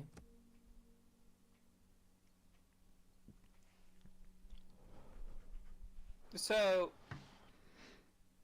what happens to you if we kill Ashigal? I don't know. Probably nothing. How would you feel if we did that? Wait, is that what you came here for? I thought you came here to kill me. You flatter yourself, Yeah, seriously. Yeah, we honestly didn't even know you were here. This is just a minor detour in our plans. Like, we were literally just going to go to that teleportation circle, and then we just heard your voice, and we were like, "Ha, let's go laugh at him." Yeah, it's kind Wait, of you've got- embarrassing. This is you know it's not all about you, right? Like You forgot about me quickly. Well, yeah, you're just kind of weak sauce compared to the existential threat of a giant fuck-off planet coming to kill our world, so you know. Ah, you heard about that. Yeah, we heard about that. We also saw it. Oh, wait, how long has it been? It's only been 40 days here. Yeah, no, it's been a couple years. Ah, A that few years. He points to Gideon and he says, that explains that then. Thanks. I just thought you mortals just grow up very quickly. I've never really seen a human child grow up before. They do, to be fair. Right. Yeah. Well, it was nice talking to you, but we've got Ashgirl to deal with. Wait, you're not going to let me out then? Why would we do that? You betrayed us once. I didn't betray you. Oh, you absolutely betrayed us. You betrayed me. We worked together. We were in an alliance, huh? That's not how that's not how it works, and you know You it. sent one of your lackeys with Casbys to kill people. I've heard. You killed people for me. I didn't. Yeah, I don't know who you are. That's Scrimshaw. I'm Scrimshaw. And he points to Tail and says, "And who the fuck is that?" And Tail says, "Charmed." And Petra says, "Actually, you know what? It's starting to come back to me now. Yes, I did think you were familiar."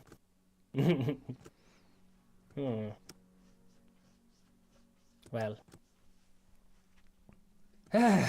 Well, what do you want from me, huh? Do you want me to get on my hands and knees and beg you to let me out? Well, are you gonna help us? How do you want me to help you? Kill Help us kill Ashgirl? Ashgirl. If you let me out, I'll help you kill Ashigo. I promise. Okay. Can I And then can what I, happens? insight check that? Come on. This is like, yeah. I think we're all going to be doing that. I think you got advantage on that, Scrimshaw. Yeah. I'm also Oh, pretty sure 19. you can't lie in the presence of certain Celestials, right? So planetars that this is based off have the ability that they just can automatically tell whether something's a lie. But we thought that's kind of bullshit for a player to have, so he just has Yeah. advantage. Gotcha. Yeah, Pietro's lying. Okay, let's just leave him. Yeah, no. No. We Hold can't on. trust this guy. Wait a second, okay? If you leave me in this cage, I won't tell you how to defeat Ashigo. And Tail says, "I don't need your help to defeat Ashigo." He says, but you do. Let me out and I'll tell you. Can I insight check this? Yeah, you as Can well. I do as well? Yeah, sure. 16. 19 again. He seems to be telling the truth there.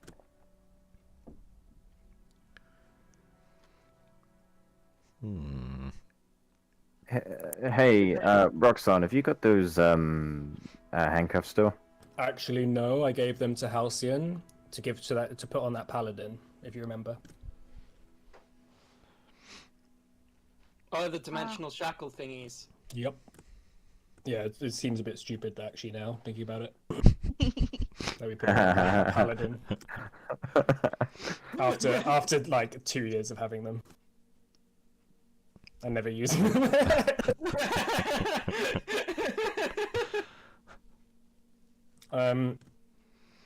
Yeah. I'm pretty Tell us- sure. Okay.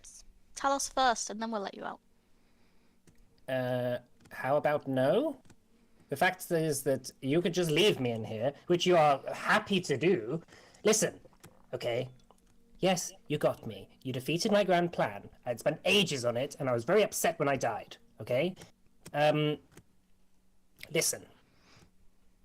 I know a lot about Ashigal. I've worked in his service. So have you, pointing to Tail and Scrimshaw. You should know how to deal with him. But it seems like you've forgotten. He tells us, "I haven't forgotten."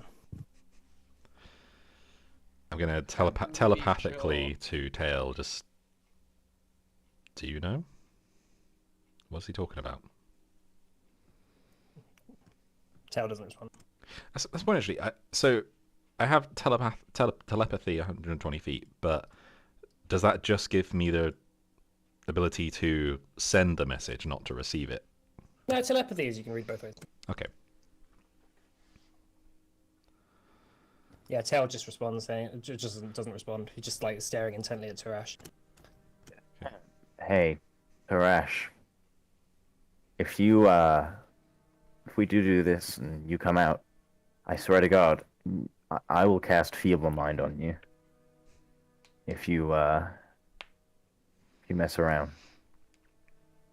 Okay. Come on, let's let him out.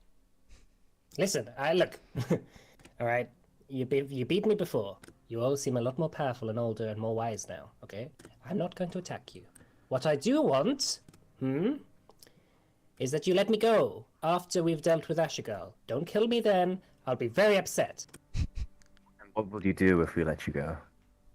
I'll just go to another plane and do my. I'll do it again Not somewhere the else. Feywild. Okay, fine. Not the Feywild. Should we- I don't like the Feywild anyway. Should we take a vote? Yeah. Tail yeah. says, "I vote we kill him now." I vote we let him go. Ow. I vote we let him go as well, but I feel like it's a really bad idea. It's funny though. I'm a Rakshasa. I'm not that powerful, okay? The whole reason I even got where I got was because you gave me an elder box, for God's sake. He's got a point. Gideon, what do you think? Gideon like goes right up to the bars and kind of looks at him, and then he looks at him, kind of squares him up for a couple seconds, and then chromatic orbs him. Okay. Just as you walk, as you square up to him, Tarash leans closer to you just before you do and says, "Your friend has a very horrible weapon. He's going to kill you." Just whispers in your ear, and then you chromatic orb him. Roll it.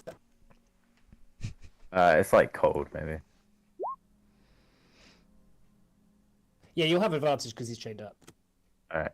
That hits. I'll just do it on this. It's like 10 damage. So something about Rakshasas is that they've actually got limited magical immunity. So anything below level 6, any magic can't affect him. So he just sort of takes it and goes, "Well, that wasn't very nice." Why would you do that? Vondel and all the other horrible things you did. I didn't kill Vondel. That was Mares.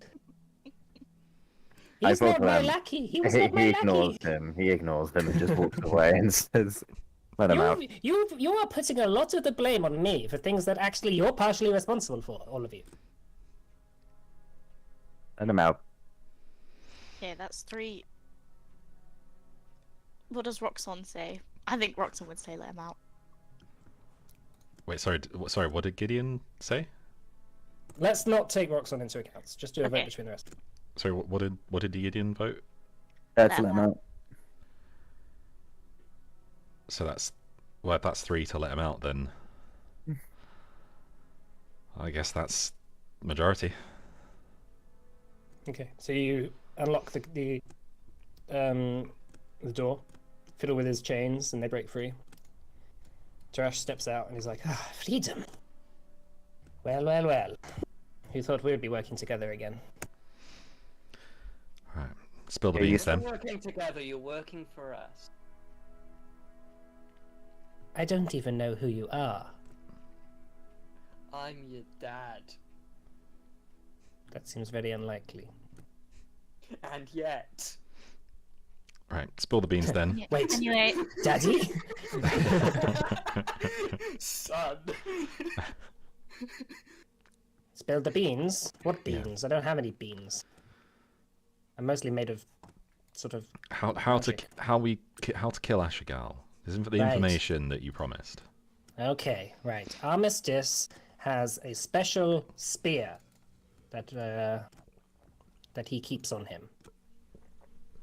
You can only permanently kill Ashigal by plunging that spear into him. Armistice holds it just in case Ashigal ever turns on him. I thought Armistice worked for. Wait, does Armistice work for Ashigal or does Ashigal work for Armistice? Armistice works for Ashigal. So Armistice works for Ashigal, yet Ashigal allows Armistice to have the weapon that would kill him. I don't think Ashigal knows about it. Bingo. Also, Scrimshaw, you owe me quite a lot, you know. You don't need to be so... I don't know. You've been acting quite hostile to me. Wait, what do you mean I owe you a lot? You wouldn't be here if it wasn't for me. How so? He turns to Tail and says, "Really? You haven't told him?" What haven't you told us, Tail? Tail says, "I don't know what he's talking about." Inside check? On Tail or Tarash? On tail. Yeah, go ahead. I'd also like to do that on tail. Yeah. 25. Just doing it. Tail got a natural one. Tail's obviously lying about something. Look, alright? I don't understand. Tarash says, "Look, I don't understand what strange family dynamic you two have nowadays, but maybe you should think about what happened before I woke you up, Scrimshaw." Before, what do you mean before you woke me up? The husk of powerless wood that was in that tower. Just someone had to power you up. I thought that you may know some of your memories and we could work together or something. But when I saw you in Port Delron, it seemed like you had no fucking idea what was going on. I didn't give a shit. I was too busy with other stuff. But now I see Tail. Oh my god. All the memories coming back now. How long ago was this? Tail says, "Trash speaks in lies." I don't think you're speaking in complete truths either. He turns to you and says, "And what would you know about truth?" Enough to say that you've been keeping a fair bit from us. I've been honest about that.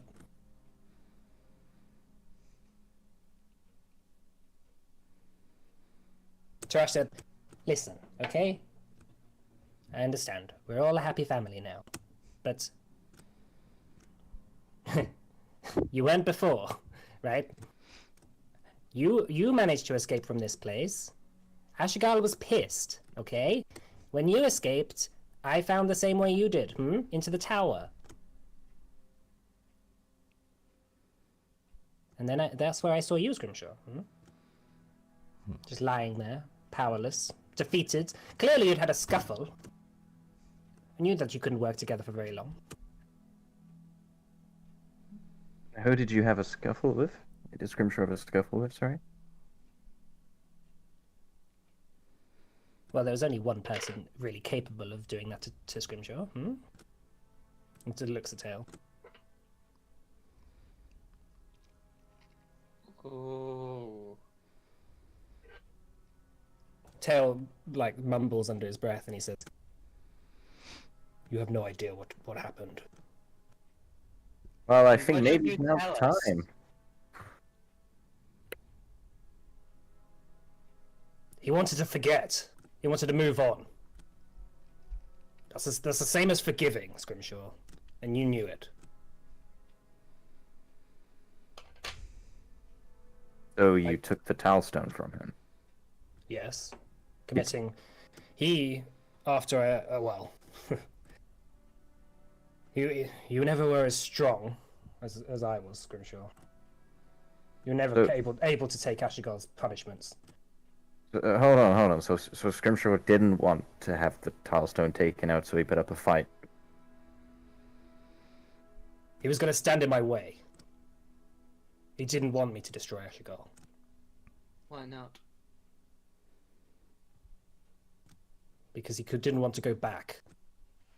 And I knew that it would take both of us to be able to defeat him. So I figured that I'd leave him there. Leave him in that tower. And then hopefully when I could find something to fix whatever mental block he put on himself, then we could go back to Radar and destroy Ashigal for good. I'm not going to apologize for that. I didn't realize that him, pointing to Tarash, that you would wake him up. So, you admit it then? Destroying Ashigal's going to, what, take Scrimshaw back? I mean, back to... I think you said meant back to Radar Laura, not Oh, right, okay. back to non-existence, or our joined existence, I suppose, if we are Yeah. truly part of the same soul. You wanted to forget. You wanted to forgive. You wanted to start a new life. I'm not going to take that. I don't think that was your choice to make.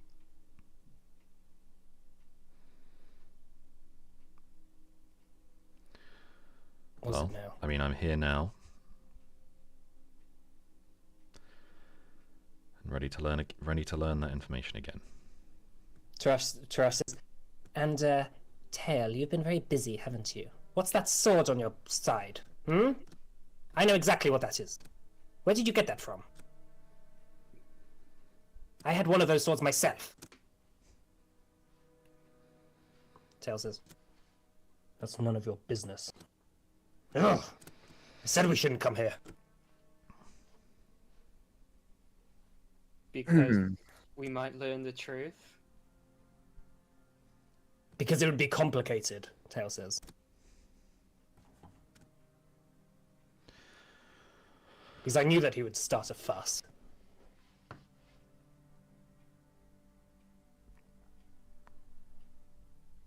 All right. I look at Gideon and Morna. Kind of like a fucking said so face. Well, right now we've got bigger things to worry about. Let's get this done. We can talk this out later. He'll try to kill you afterwards, you know, says Cheese Control. I completely agree with you. Thank you. Somebody speaking the same language as me. Yeah. You- Yeah, I mean, I was always in agreement with you as well. Tail says, can't you see how this Rakshasa plays you against each other? He's done it before. That's his only power. Power to corrupt. He doesn't know what true power is. He walks right up to Trash and draws his sword. Oh, whoa. You stab him right now and you're never getting your vengeance against Ashigal. We've got more important things to do. We can do this another time.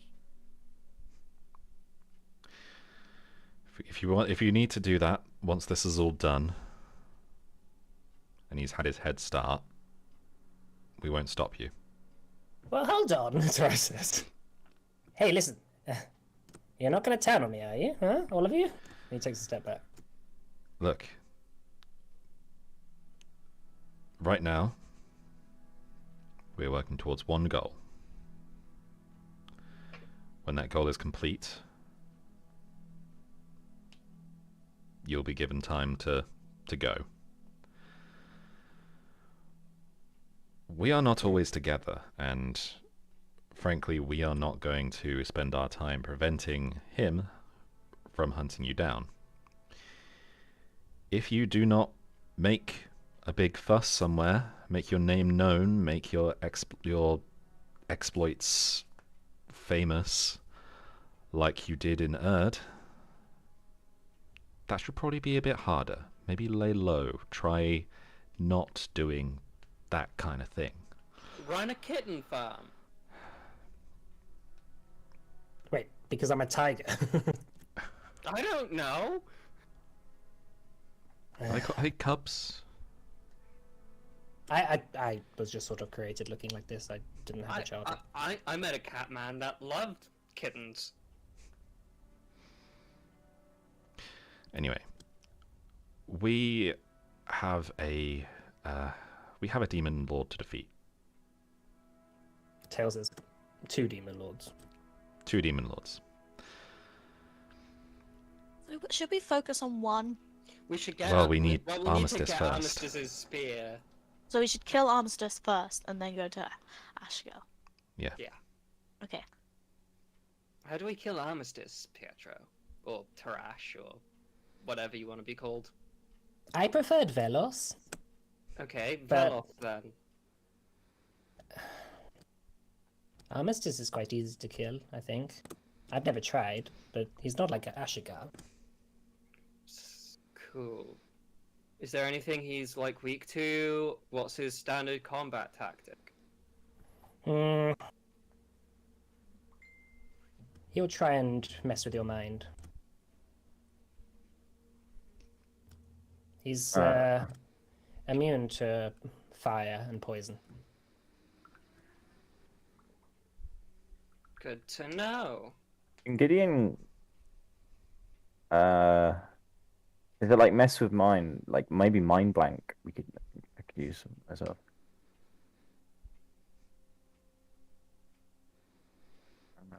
For what purpose? Well, I mean, it makes me immune to psychic damage and any effect that would sense its emotions or read its thoughts, divination spells in the child condition. Just won't affect Gideon. But it is a level 8 spell. What I'm worried about is Roxon. Oh, no need to be worried about me. I'm strong.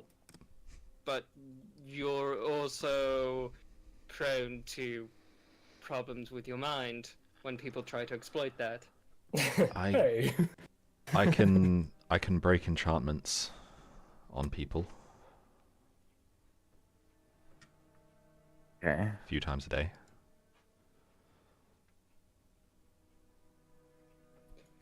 Don't want to spend all my time doing that, but I can do it. What is going on here?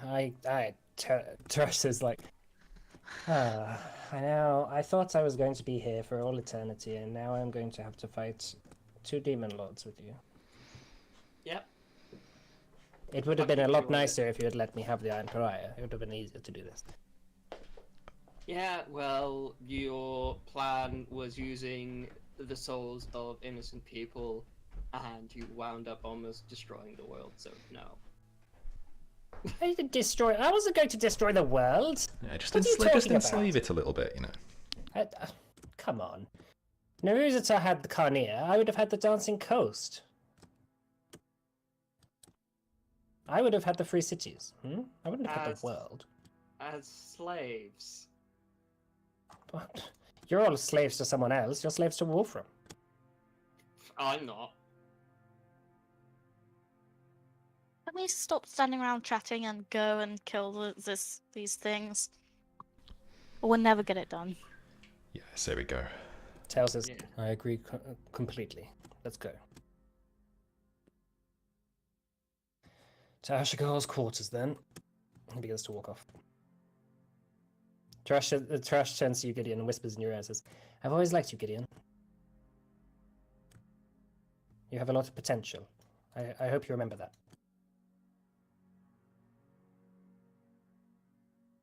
Gideon just kind of doesn't say anything back. Okay. Tails begins to stand in the circle. Follow him in. Everyone goes in. He says, we're going straight to Armistice's quarters. Prepare yourself for a fight. Okay. Jess says, oh my dear, I don't understand why I'm doing this. Wait, so are we? So is the implication there that we are coming in and expecting to immediately be fighting? Yes. Oh, okay. In that case, Gideon's going to use protection against an evil on Roxon then, and use the it'll be fiend, wouldn't it? Right? As the probably, yeah. Mm-hmm. that's the type. Yeah, he's going to use that on Roxon, which makes him immune to can't be targeted by charmed, frightened, or possessed, and has disadvantage on attack rolls against him. I'm gonna put dispel evil and good on myself just as we go through. Let's go. Tail says, fury flaring in his eyes, the moment that he has waited for. He says, Armistice! As the circle below you begins to glow in a sort of fiery red. Almost the hatred seeping out of Tail into the floor. Burns up in a big flame that sort of engulfs you all. When the smoke clears, you enter. You begin to look around into a room. A sort of magma floor that has some sort of like force field over the top of it, or some sort of like there's some sort of solid structure above what seems to be a magma underside. Lines a sort of walkway to a circle that's in the center of a room. A large throne. It seems to be in some sort of cavern. A large throne sits just before you, where a creature, an incredibly ugly, malformed, deformed creature, almost the epitome of greed itself, stands or sits atop a pile of what seems like bones, or sort of like almost there's like a sort of glittering shadow that sort of goes along with it. This is what you see. The creature that sat on the chair says, "Oh, what is? No, you." Me. And Tail begins to draw his sword and just rushes at Armistice, saying, "You." Right, let's roll initiative. Okay. Okay. Looks like me when I get out of bed. Oh. There's also to each side of him there are two bone devils standing guard. Fucking nice. And yeah, you managed to catch them off guard.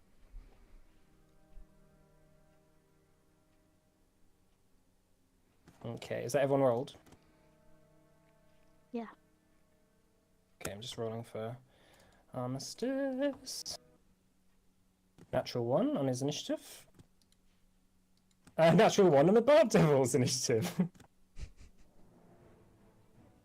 Yeah, they're not Bone Devils, they're Barb Devils, sorry. Alright, Cool. So, off the bat, Chinook, seeing this just malformed demon stood before you, what do you want to do? Right, I want to start this off with a 5th level synaptic static. That, because it's a 20-foot sphere, I think it can only really get this guy and this guy. Okay. So I'm going to cast that there. Alright, hang on just a second.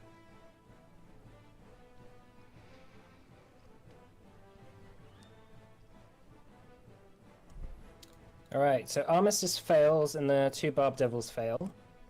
Oh, it'll just be the one because it's a 20-foot radius sphere. Oh, right, okay. So that the one, 20-foot the one on radius the... covers all that. Oh, right, okay. Yeah, it does. Oh, right, okay, yeah, cool. Right, so they all fail. So what's the thing that goes on that, sorry? Okay, so they get 18 psychic damage, and a creature with an intelligence score of 2 or lower can't be affected. The target takes 8d6, so that's a shit roll. Or after a failed save, the target has muddled thoughts for 1 minute. During that time, it rolls a d6 and subtracts the number rolled from all its attack rolls and ability checks, as well as its Constitution saving throws to maintain concentration. Alright, Armistice is going to use Legendary Resistance on that.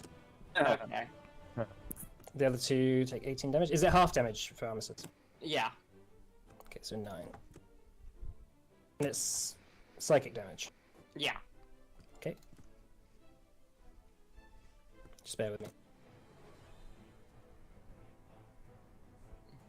Alright, the Barb Devils sort of immediately start shaking, their minds clouded with psychic thoughts.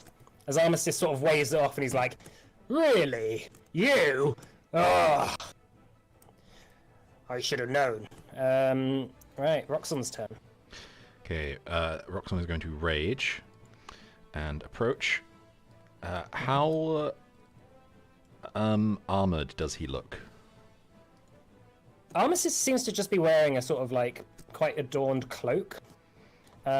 He's carrying some sort of whip and a cane as he sits on the chair, but he doesn't seem particularly armored. Okay, in which case, Great Weapons Master, Reckless, etc. So 23 to hit. That hits.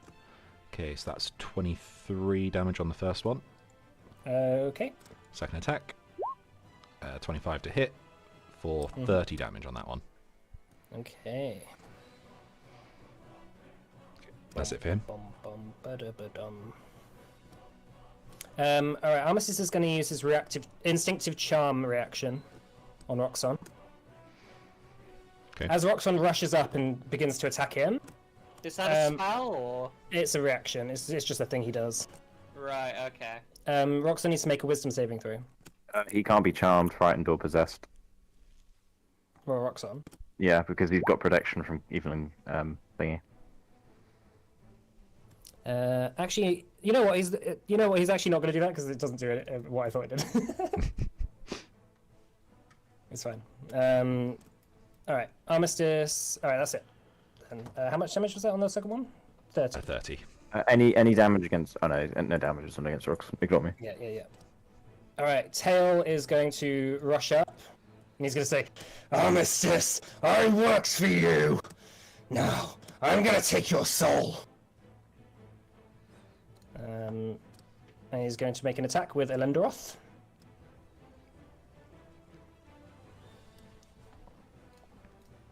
Big damage. I'm not seeing any rolls.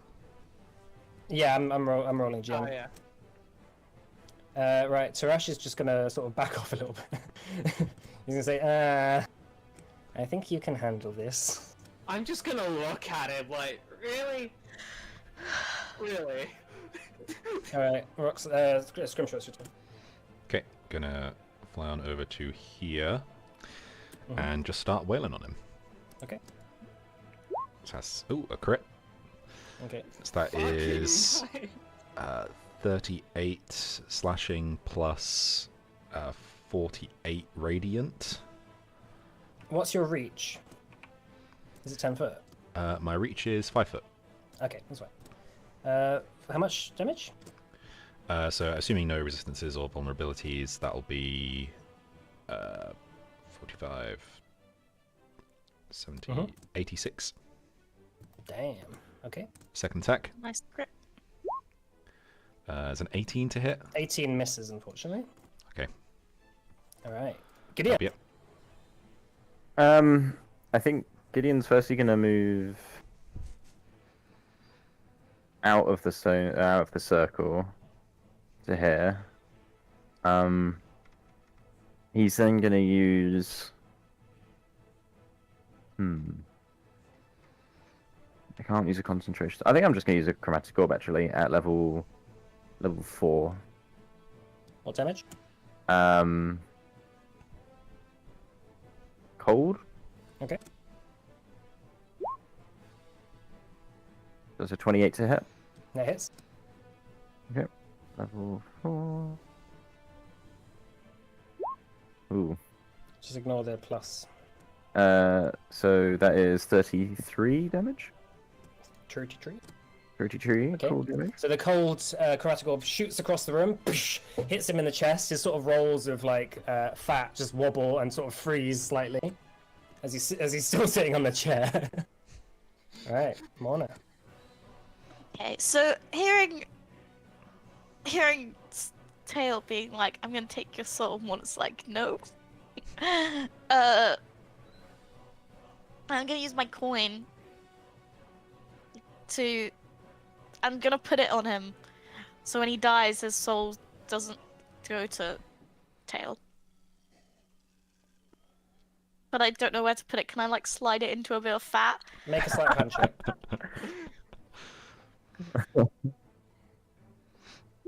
29. Okay.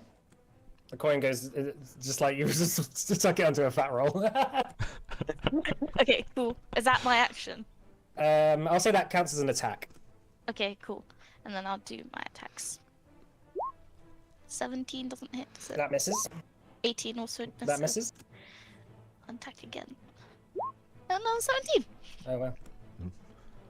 You were too busy trying to like slot the coin like into like a coin Yeah, without slot. Tail seeing.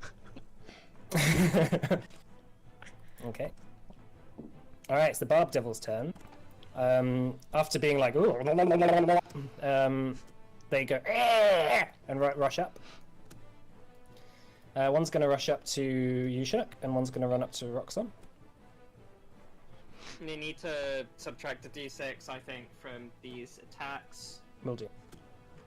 And they also have disadvantage on Roxon. Yeah, but then advantage from Reckless, so just a neutral. Yeah, just regular. Yep. So, one with its tail and two with its claws. Minus d6. So that's going to be 17 on the first one, no.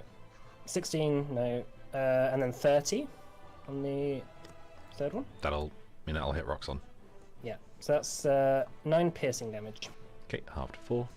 Yep. Then on you, Chinook. Natural 20. Okay. But that's going to be minus d6, so 32 to hit. Yeah. Roxon's Alright, gonna Spirit Shield this. Okay. So that's I'm pretty sure, like, it's from all attacks. Yeah, all attack rolls. yeah. So that's going to be all right. So that first attack is no damage. Okay. And however much damage it was, it takes. Okay. So that's going to be 8. Yeah, you got some pretty terrible rolls actually. And then second attack, 23 to hit. Minus the d6. Nah, that's with minus d6. Yeah, that hits. All right. So that's 10 piercing damage, Okay. and then 20 minus the d6. Yeah, that'll hit. And that's 13 piercing damage. It did less damage on the crit than it did on the other 2 hits. Bruh. Alright, Armistice stands up from his chair. He sort of dwarfs all of you now, except for Scrimshaw. Standing up, he says, "Oh dear, oh dear, oh dear. Well, I thought you'd all come back to me eventually." Right, he's going to use Poison Mind. So he's going to target Roxon and Tail. So Roxon needs to make a Wisdom saving throw, please. So Okay, that 18. fails. Okay. So he takes 26 necrotic damage, Okay. and he's blinded until the start of Armistice's next turn. Okay. Tail passes. And then he's going to use his Taskmaster Whip. And he's going to use that on Morna. Okay. It's 35 to hit. That Oh no, hits. so it's disadvantage, right? Yeah, 27. disadvantage on anyone other than Roxon. Sure, 27 to hit. Oh, damn it. Okay. Can't even And you shield get it. and you get resistance. Okay, Okay, so that's 9 slashing damage. Is So- that halved? So 4. So 4, and 45 force damage. Fuck! So 22. So 22. And then he's going to use Disruptive Touch on Scrimshaw. That's 36 to hit. Is that with disadvantage? Yeah. And the minus d6. No, it doesn't have the minus d6. He doesn't have the minus 6. Just disadvantage. Yeah. Okay, well, that hits. Alright, that's 58 necrotic damage. Sorry, 58 was that? Yeah. Whew. Okay, And you need to make a con save Wisdom for my... saving throw. Oh yeah, make a con Okay, save for your... I dropped my Dispel Evil and Good. Oh yeah, yeah, sure. And you need to make a Wisdom saving throw, please. Okay. That's is this a magical effect? It's not a spell. I suppose it's magical. Okay, 31. That passes. And then at the end of his turn, he uses Forgetfulness. On Gideon. Is that Can a I- spell? It's not a spell, it's just a thing he does. Oh, Sorry. that's a shame. So Forgetfulness, you need to make an Intelligence saving throw for me, please, Gideon. Yep. Alright, that passes. Okay. In that case... Chinook! Right. I'm not liking the fact that this guy's right here. So I am going to cast... Hang on. For the first time ever, I am going to cast... Mislead. Oh, I thought you were going to say Fireball. Yeah, I cast Mislead On who? myself. Okay. I become invisible at the same time. An illusory double of me appears where I'm standing. The duration ability ends if I attack or cast a spell. I can use your action to move your illusory double up to twice the speed and make a gesture speed and behave in any way you choose. You can see through its eyes and hear through its ears as if you're located. On each of your turns as a bonus action, you can. Okay, sure. Armistice is going to counterspell that. Oh, Level Rox- 5. counter. Can I? No, I can't counterspell the counterspell because I'm already casting a spell. Roxon's yeah, going. You can. Yeah, you can. Okay, I'm gonna counterspell that at level 7. Didn't Okay. you No, I use your can't. simple spell slot? Level 4. Sorry. All right, Rob, make a roll. Okay. Roxon's going to Mage Slayer attack. Go ahead. Oh, 12. That misses.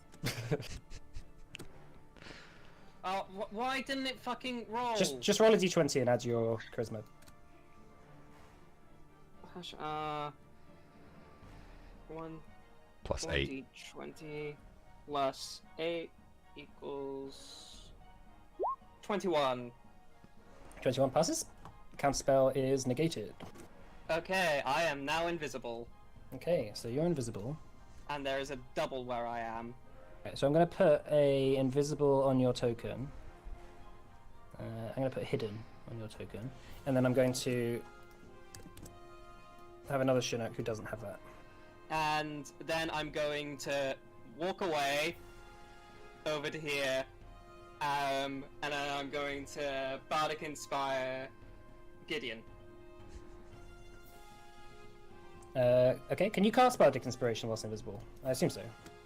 It's not It's a not- spell. Why Yeah, not? it's not a spell. Yeah, it's not a spell. Okay. Just That whisper, D12 one. just whisper encouraging things in his ear. Yeah, Gideon, you just hear Chinook. Even though you see him over there, you hear Chinook whispering in your ear, "You can do it." You're cool. You can do cool things. I'm a Yeah. ghost. Gideon like mishears it as Tarask because he's been whispering things this whole time. All right, Roxanne. Okay, This is the ghost of Fondle. same again.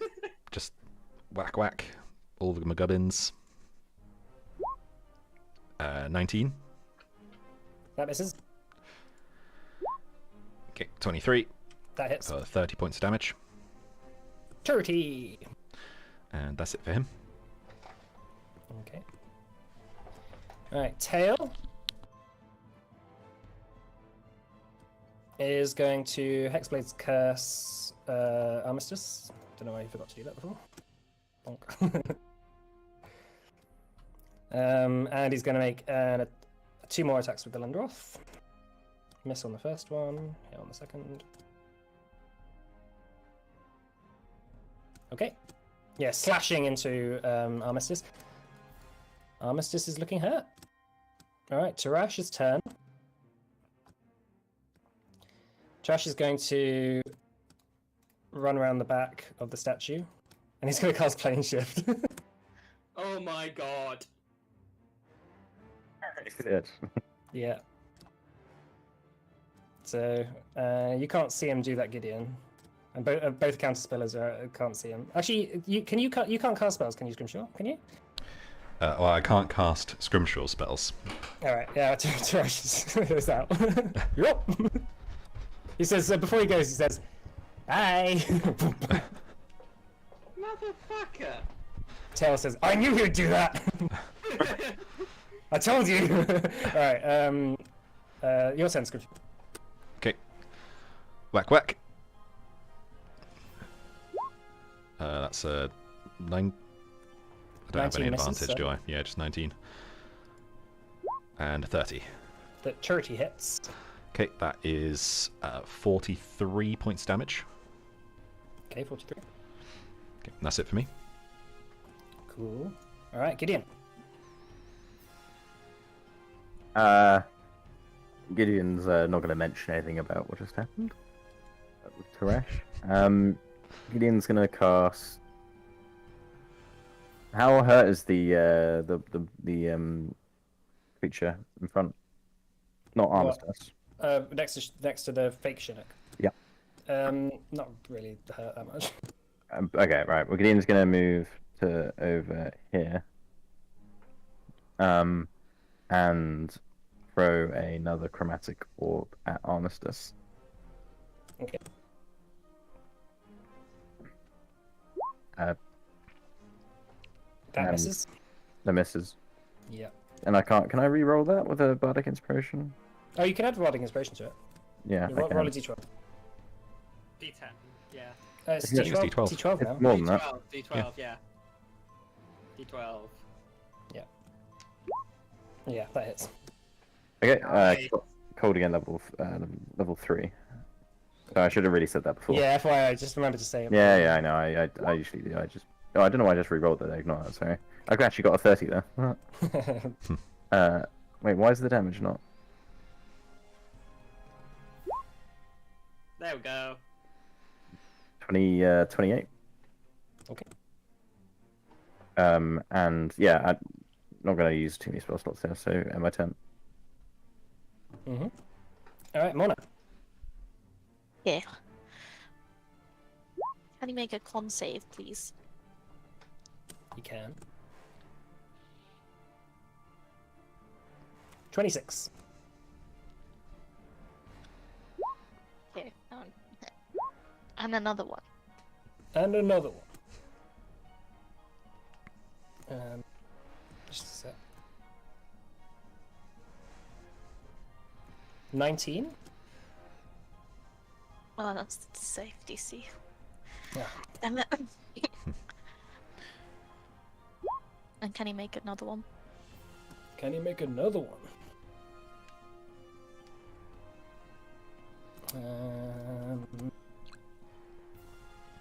16. Yeah, okay, fails. Alright, he's gonna But- use legendary resistance. I thought it would. It's fine. That's what I was trying to do. Burn him at legendary resistance is the monk special. Yeah. Hey, I was saving them. That's my turn. And there's the damage as well. Oh, yeah. Yeah, I got that. Right, it's the Barb Devil's turn. Bong, bong, bong. Right, one's going to make an attack against Roxanne. Okay. So 30. I'm taking the minus d6s into account. So 30 Yep. hits. Natural 20 minus 4, so still a crit. Yeah. I assume these are these disadvantage These From- aren't disadvantaged, are they? from the protection from good and evil from Gideon? Alright, so that last one was 19 then. The first one would have hit. Yeah, 19's a hit.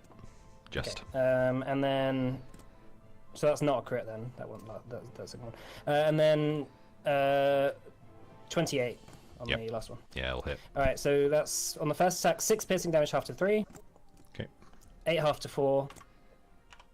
And 7 half to 3. Okay. And then 3. And then it's gonna this one here is gonna make an attack against the illusory Chinook. So, about the illusory double, it doesn't have any actual, like, HP or AC, it just says it lasts there until the end of the spell. Yeah. I imagine it can.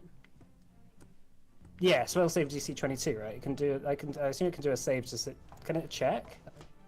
I guess so. Oh yeah, I'm gonna say that it can make an intelligence check to see if it's gonna make an attack if it hits. Yeah, so that would be 30 to hit. It just sort of Yeah. like goes through the creature and it's like, ah! It's just gonna look around. And it's just gonna run up to Morna.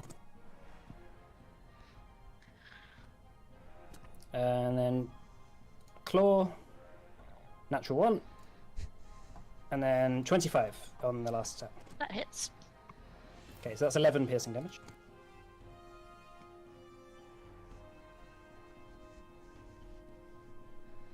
Alright, Armistice's turn. He's gonna be like, "What are you guys waiting for? Get in here!" He's going to use Poison Mind. So targets 2 creatures. Morna and Roxanne, can you make a Wisdom saving check, please? Wisdom saving throw. Yeah, I can. Okay. Very Alright, different so saves. Roxon 8. So that's going to be 26 necrotic damage, and Roxon is blinded again. I think we forgot about that last time. Yeah, I forgot to roll disadvantage on my attacks. That's okay. Let's remember next time. But blind. So he's still blinded. I think it used the first roll on both of them anyway, so That's fine. I don't think it ended up mattering. Yeah. And Assuming, then actually, 20. Would a 21 have hit? yeah, it would have just hit. Okay, yeah, it didn't matter then. It's fine. It's fine. Yeah, we'll remember Cool. it now. And then he's going to Taskmaster Whip Morna. Okay, Whoosh! 34 to hit, that hits. but he's got disadvantage, right? Yeah, So 28.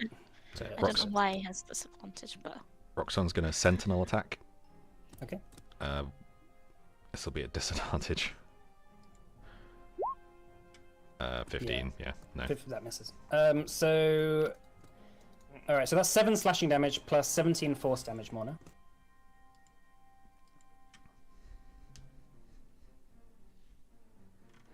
And then gonna disruptive touch Scrimshaw. Okay, Natural 1. cool. And then he's going to check for his forgetfulness. No. Okay. He's then going to use a bonus action to Misty Step. Counter spell. 4th level. He's like, alright, you can have it. I am no longer invisible. Okay, at the end of Armistice's turn, the top of the round, you see the doors back here burst open, and a number of Cambions fly into the room.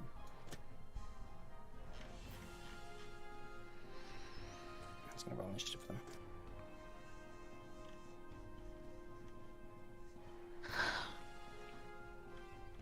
All right, Chinook, it's your turn. I really shouldn't have done that. Oh yeah, actually, you're no longer invisible now. Yeah. I'm gonna. Does that mean that spell ends, or is No, that it you, doesn't. you still got an illusory double? I still have an illusory double. Oh. Huh. The double lasts for the duration, but the invisibility ends Yeah, if you it's attack or cast a spell. I'm just gonna put a thing on here just to remember which one's good. Yeah. Yeah. I am going to cast Phantasmal Killer on Armistice. What save is that? What save is that? That is an intelligence save. It's wisdom. Wisdom save, it's sorry. wisdom. Okay. I thought because it was psychic damage it would be intelligence for some reason. All right, so it's 19. That fails, All right, he's going to use his last legendary resistance. just as I planned. Wahaha. Anything else? Yeah, I'm gonna send... Can I have used like a bonus action to make it look like my illusory... Meant to make it look like your illusory double, did it? Yeah. Yeah, make an intelligence check. Intelligence. Okay. To see how convincing it was. Yeah, looks like it did it. Yeah, I just thought it would be nice if the Cambions swapped that instead of me. Mhm, okay. So Cambions are gonna fly in.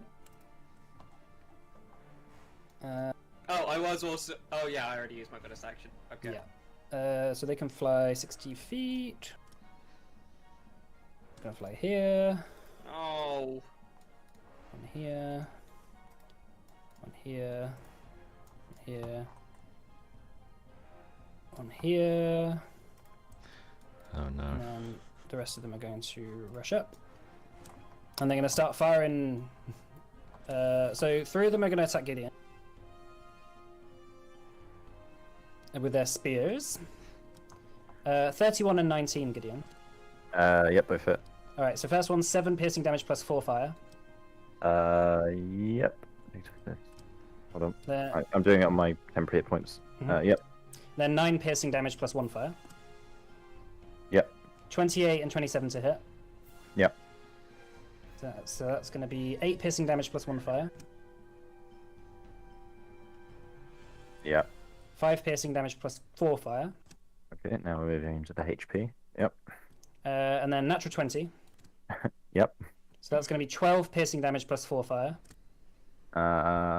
16. Yep. And that's 24 to hit. Yep. On the last one. So that's 10 piercing damage plus 5 fire. Yep. Alright, and then one of them is going to fire a fire ray twice at Roxon.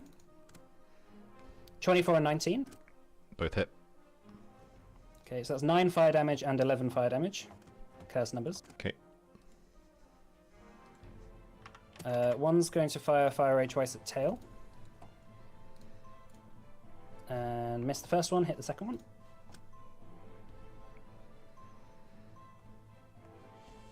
One's going to fire at the fake Chinook twice. Yeah. One of them on the top of this statue is going to fire fire at you, the real Chinook twice. No. 32 and 27 to hit. Yeah. So that's 14 fire damage and 8 fire damage. Okay, so. So 22 in total. 22 in total. Yeah. And then one's going to spear you twice. Okay, That's 22 and 28 to hit. those will hit.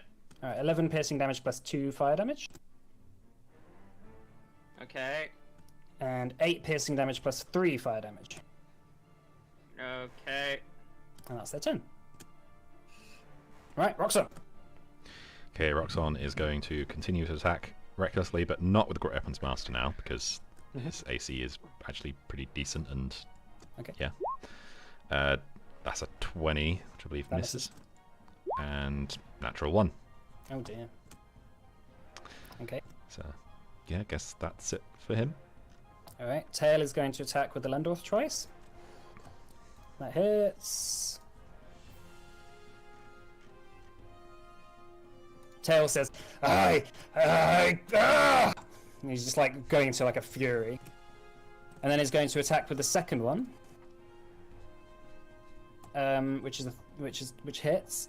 But Armistice is going to use his reaction. And say, no you don't. And use instinctive charm on Tail this time. So when a creature within 60 feet of Armistice makes an attack roll against it, and another creature is within the attack's range, the attacker must make a wisdom saving throw. So Tail's going to make a wisdom saving throw.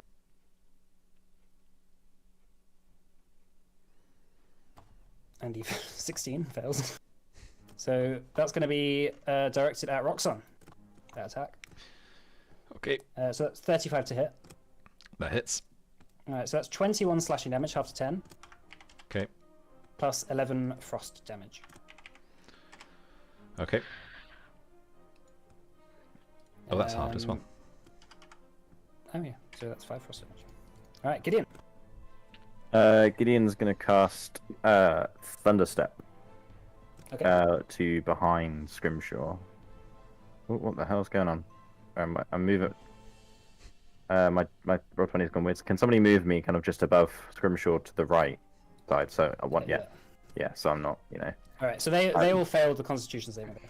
Cool. So they will be taking. It's just going to be a level 3. The base level. So they take 15 damage each. Okay. And just for note, I should have done. I need to do a few concentration saves. On protection against good and evil. I think I would If have it's needed on- to as well Yeah. on the mislead. If it's on the Yeah. ward, Oh, yeah. then you don't. So you don't have to make them when it's against the ward, but any that went through. In a way, yeah. I mean, would've, there'll be like 3 or 4, right? Make 3. Yeah, make 3. That's fine. How many Okay. do I make? 1. 4 shouldn't I think 4. And my set. I think they all pass actually. Yeah, they do all pass. Okay. So I'm. So I think you failed on that first one, right? Yeah. Okay, so that's gone down. Okay, so my right. double disappears. Mwah, mwah, mwah, mwah, mwah. Uh, Alright. I don't really have a Oh. bonus action or anything to kind of to do there. I don't know if Crown of Stars up. I don't want to do it up. I think yeah. I'm just trying to save spell slots. So he's gonna end his turn. Okay. Right. Scrimshaw, your turn. Okay. Actually, go. Armistice is looking really injured. Okay, whack whack. Okay. It's 31 to hit for That hits. 46 points of damage. Okay. Second attack, 26 to hit for 47. Okay. How'd you like to kill him? Yeah. So kind of just chopping off bits of the like flab and just like carving him like a pig. Yeah, just like slashing into him, your blade flashing with radiant energy as you just hack at him. As you hack bits off, they just crumble to dust as you're just hacking into him. And as you just get into the solid part of his form, you see inside his exterior is this like very small creature that seems to be like sort of embedded within him. Who's like almost like puppeting the larger creature itself. And as you see that, he looks up, like he's like a little gremlin. He goes, "No, no!" And you just like stab him in the face. Nice. As you see, he begins to rumble and it begins to, crumble into dust. Yeah, I take Okay. my coin out. Okay, after Hoping that, it's done The its job. coin drops to the floor. I'm gonna fly down to here. And Emma 10. More. We're gonna attack them. Oh, sorry, I'm so It's okay. tired. Ugh. The spike devil. Oh, Oh. that one's. Sneak eyes. Okay.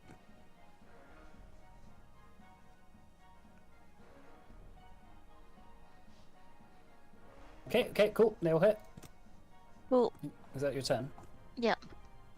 All right. As Armistice dies, his influence over all the creatures around him starts to waver, and you watch as they all begin to take quite a lot of like psychic damage as they're sort of like they drop to the floor, holding their heads.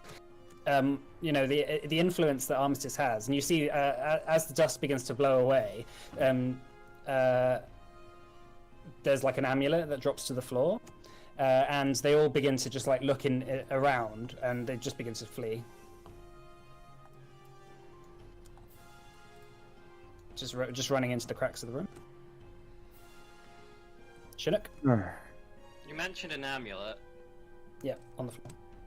I'm gonna run over and pick it up. Okay, this Cambion is going to spear you as a reaction. 33 to hit. That'll hit. So that's 9 piercing plus 6 fire damage. Okay. So you pick it up. As you grab onto it, it's sort of this like fiery gem on a golden chain. And now all these Cambions, as it's their turn, they begin to see what's happened, and they begin to flee as well. And they're dashing out. They're just all going to dash out the room. Okay. I'm not This gonna- one you can attack of opportunity if you want. I'll let him go. Okay. All right. We'll call it there then. Cool. Alright. As the fight is over and everyone's running away and they're scattering, the demons no longer having it Armistice's influence over them. Tails turns to you, Chinook, and says, "That amulet is mine." But we'll stop there then, shall we? Okay. Yeah. Alright. Okay. Thanks for the sesh. Yeah. See you next. As you finish off Armistice. Oh, see you next week, Russian spammers. Thank you We for killed a watching. demon thingy.